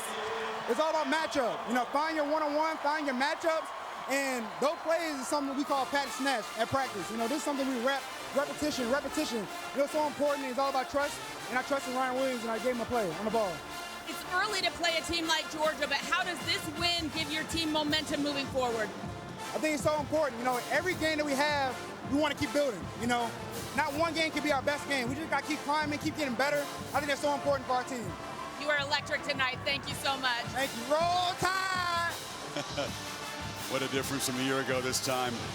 491 total yards, Kirk, and for the fourth consecutive game to start this season, multiple rushing and passing touchdowns. 4 for 4. It's incredible. Yeah, and in that first half, just could not be stopped. I mean, it was just a tale of two halves. What maturity, by the way, there in that interview. Just nothing. Those of us who know him, you wouldn't expect anything else. I think both these teams grew up tonight, and will be exciting to see where they go from here. Wow. Here's how Chris Stewart called the game-clinching interception by Xavier Brown. This is month number 1 of the season. Beck looking, firing towards the end zone. That is intercepted. It's picked off. It's picked off. Intercepted. Alabama gets the pick. The interception is made by Brown. Alabama getting Xavier Brown with the interception, and the Crimson Tide takes it away with 43 seconds remaining. You know, there wasn't a person watching this game or listening on the radio that was breathing in that last play. Everybody holding their breath as that football was launched to the end zone. There have been so many tough battles between receivers and DBs, and Georgia had won a lot of them in the second half. And Xavier Brown goes up and makes the pick. I thought we acknowledged it and talked about it a couple plays before, and it happened he's a freshman. A few times it happened where receiver got behind him. He never was able to really turn because he was playing catch up. That play, if you go back and we talked about it, he gave himself about a 10-yard cushion just in case they tried him again with Colby Young and they'd happen to come to him. But because of that cushion, he was able to be in coverage and locate the ball, so it gave him a chance to go up and make a play. And it's exactly what Coach Kalen DeBoer talked about downstairs with Laura. You feel for Carson Beck. It was a very rough start. He was not at his best. He was not right at all, but he rallied his team, ends up having a monster, like a 400-yard game. Yeah. But in the end, it was the turnovers that made the difference. Yeah, it was, but this is week 4, and it's a different era as far as a 12-team playoff. And I'm not focusing on the playoff. I'm focusing on who should win tonight. But both these teams, I think, are going to be in great position. If Georgia would have gotten blown out the way it felt in the first half, who knows what happens. They're reeling a bit. But, man, they showed a lot of character in the way they came back, and I'm excited to see where they go from here. Georgia faithful, and perhaps the coaches will say, hey, listen, we got off to a terrible start. We were the better team for 3 quarters. Alabama folks might say, wait a minute, we were way ahead. We throttled back. We let up when we had the lead. They both might be right. And you know what? Maybe we'll see round 2 later this year. Maybe round 2 in Atlanta. Yeah. Maybe round 3 after that. Who knows? What a classic tonight. Georgia and Alabama simply always deliver. Bill Bunnell produced the game. Jimmy Platt directed it. Our great crew overcoming some stuff tonight. Now, except on the West Coast, stay tuned for your local news over most of these ABC stations. For Kirk, Holly, Laura, and Bill Lamagnier, Chris Fowler saying so long from Tuscaloosa. Thank you for watching this presentation of the Southeastern Conference on ABC. October 9th on ABC and stream on Hulu.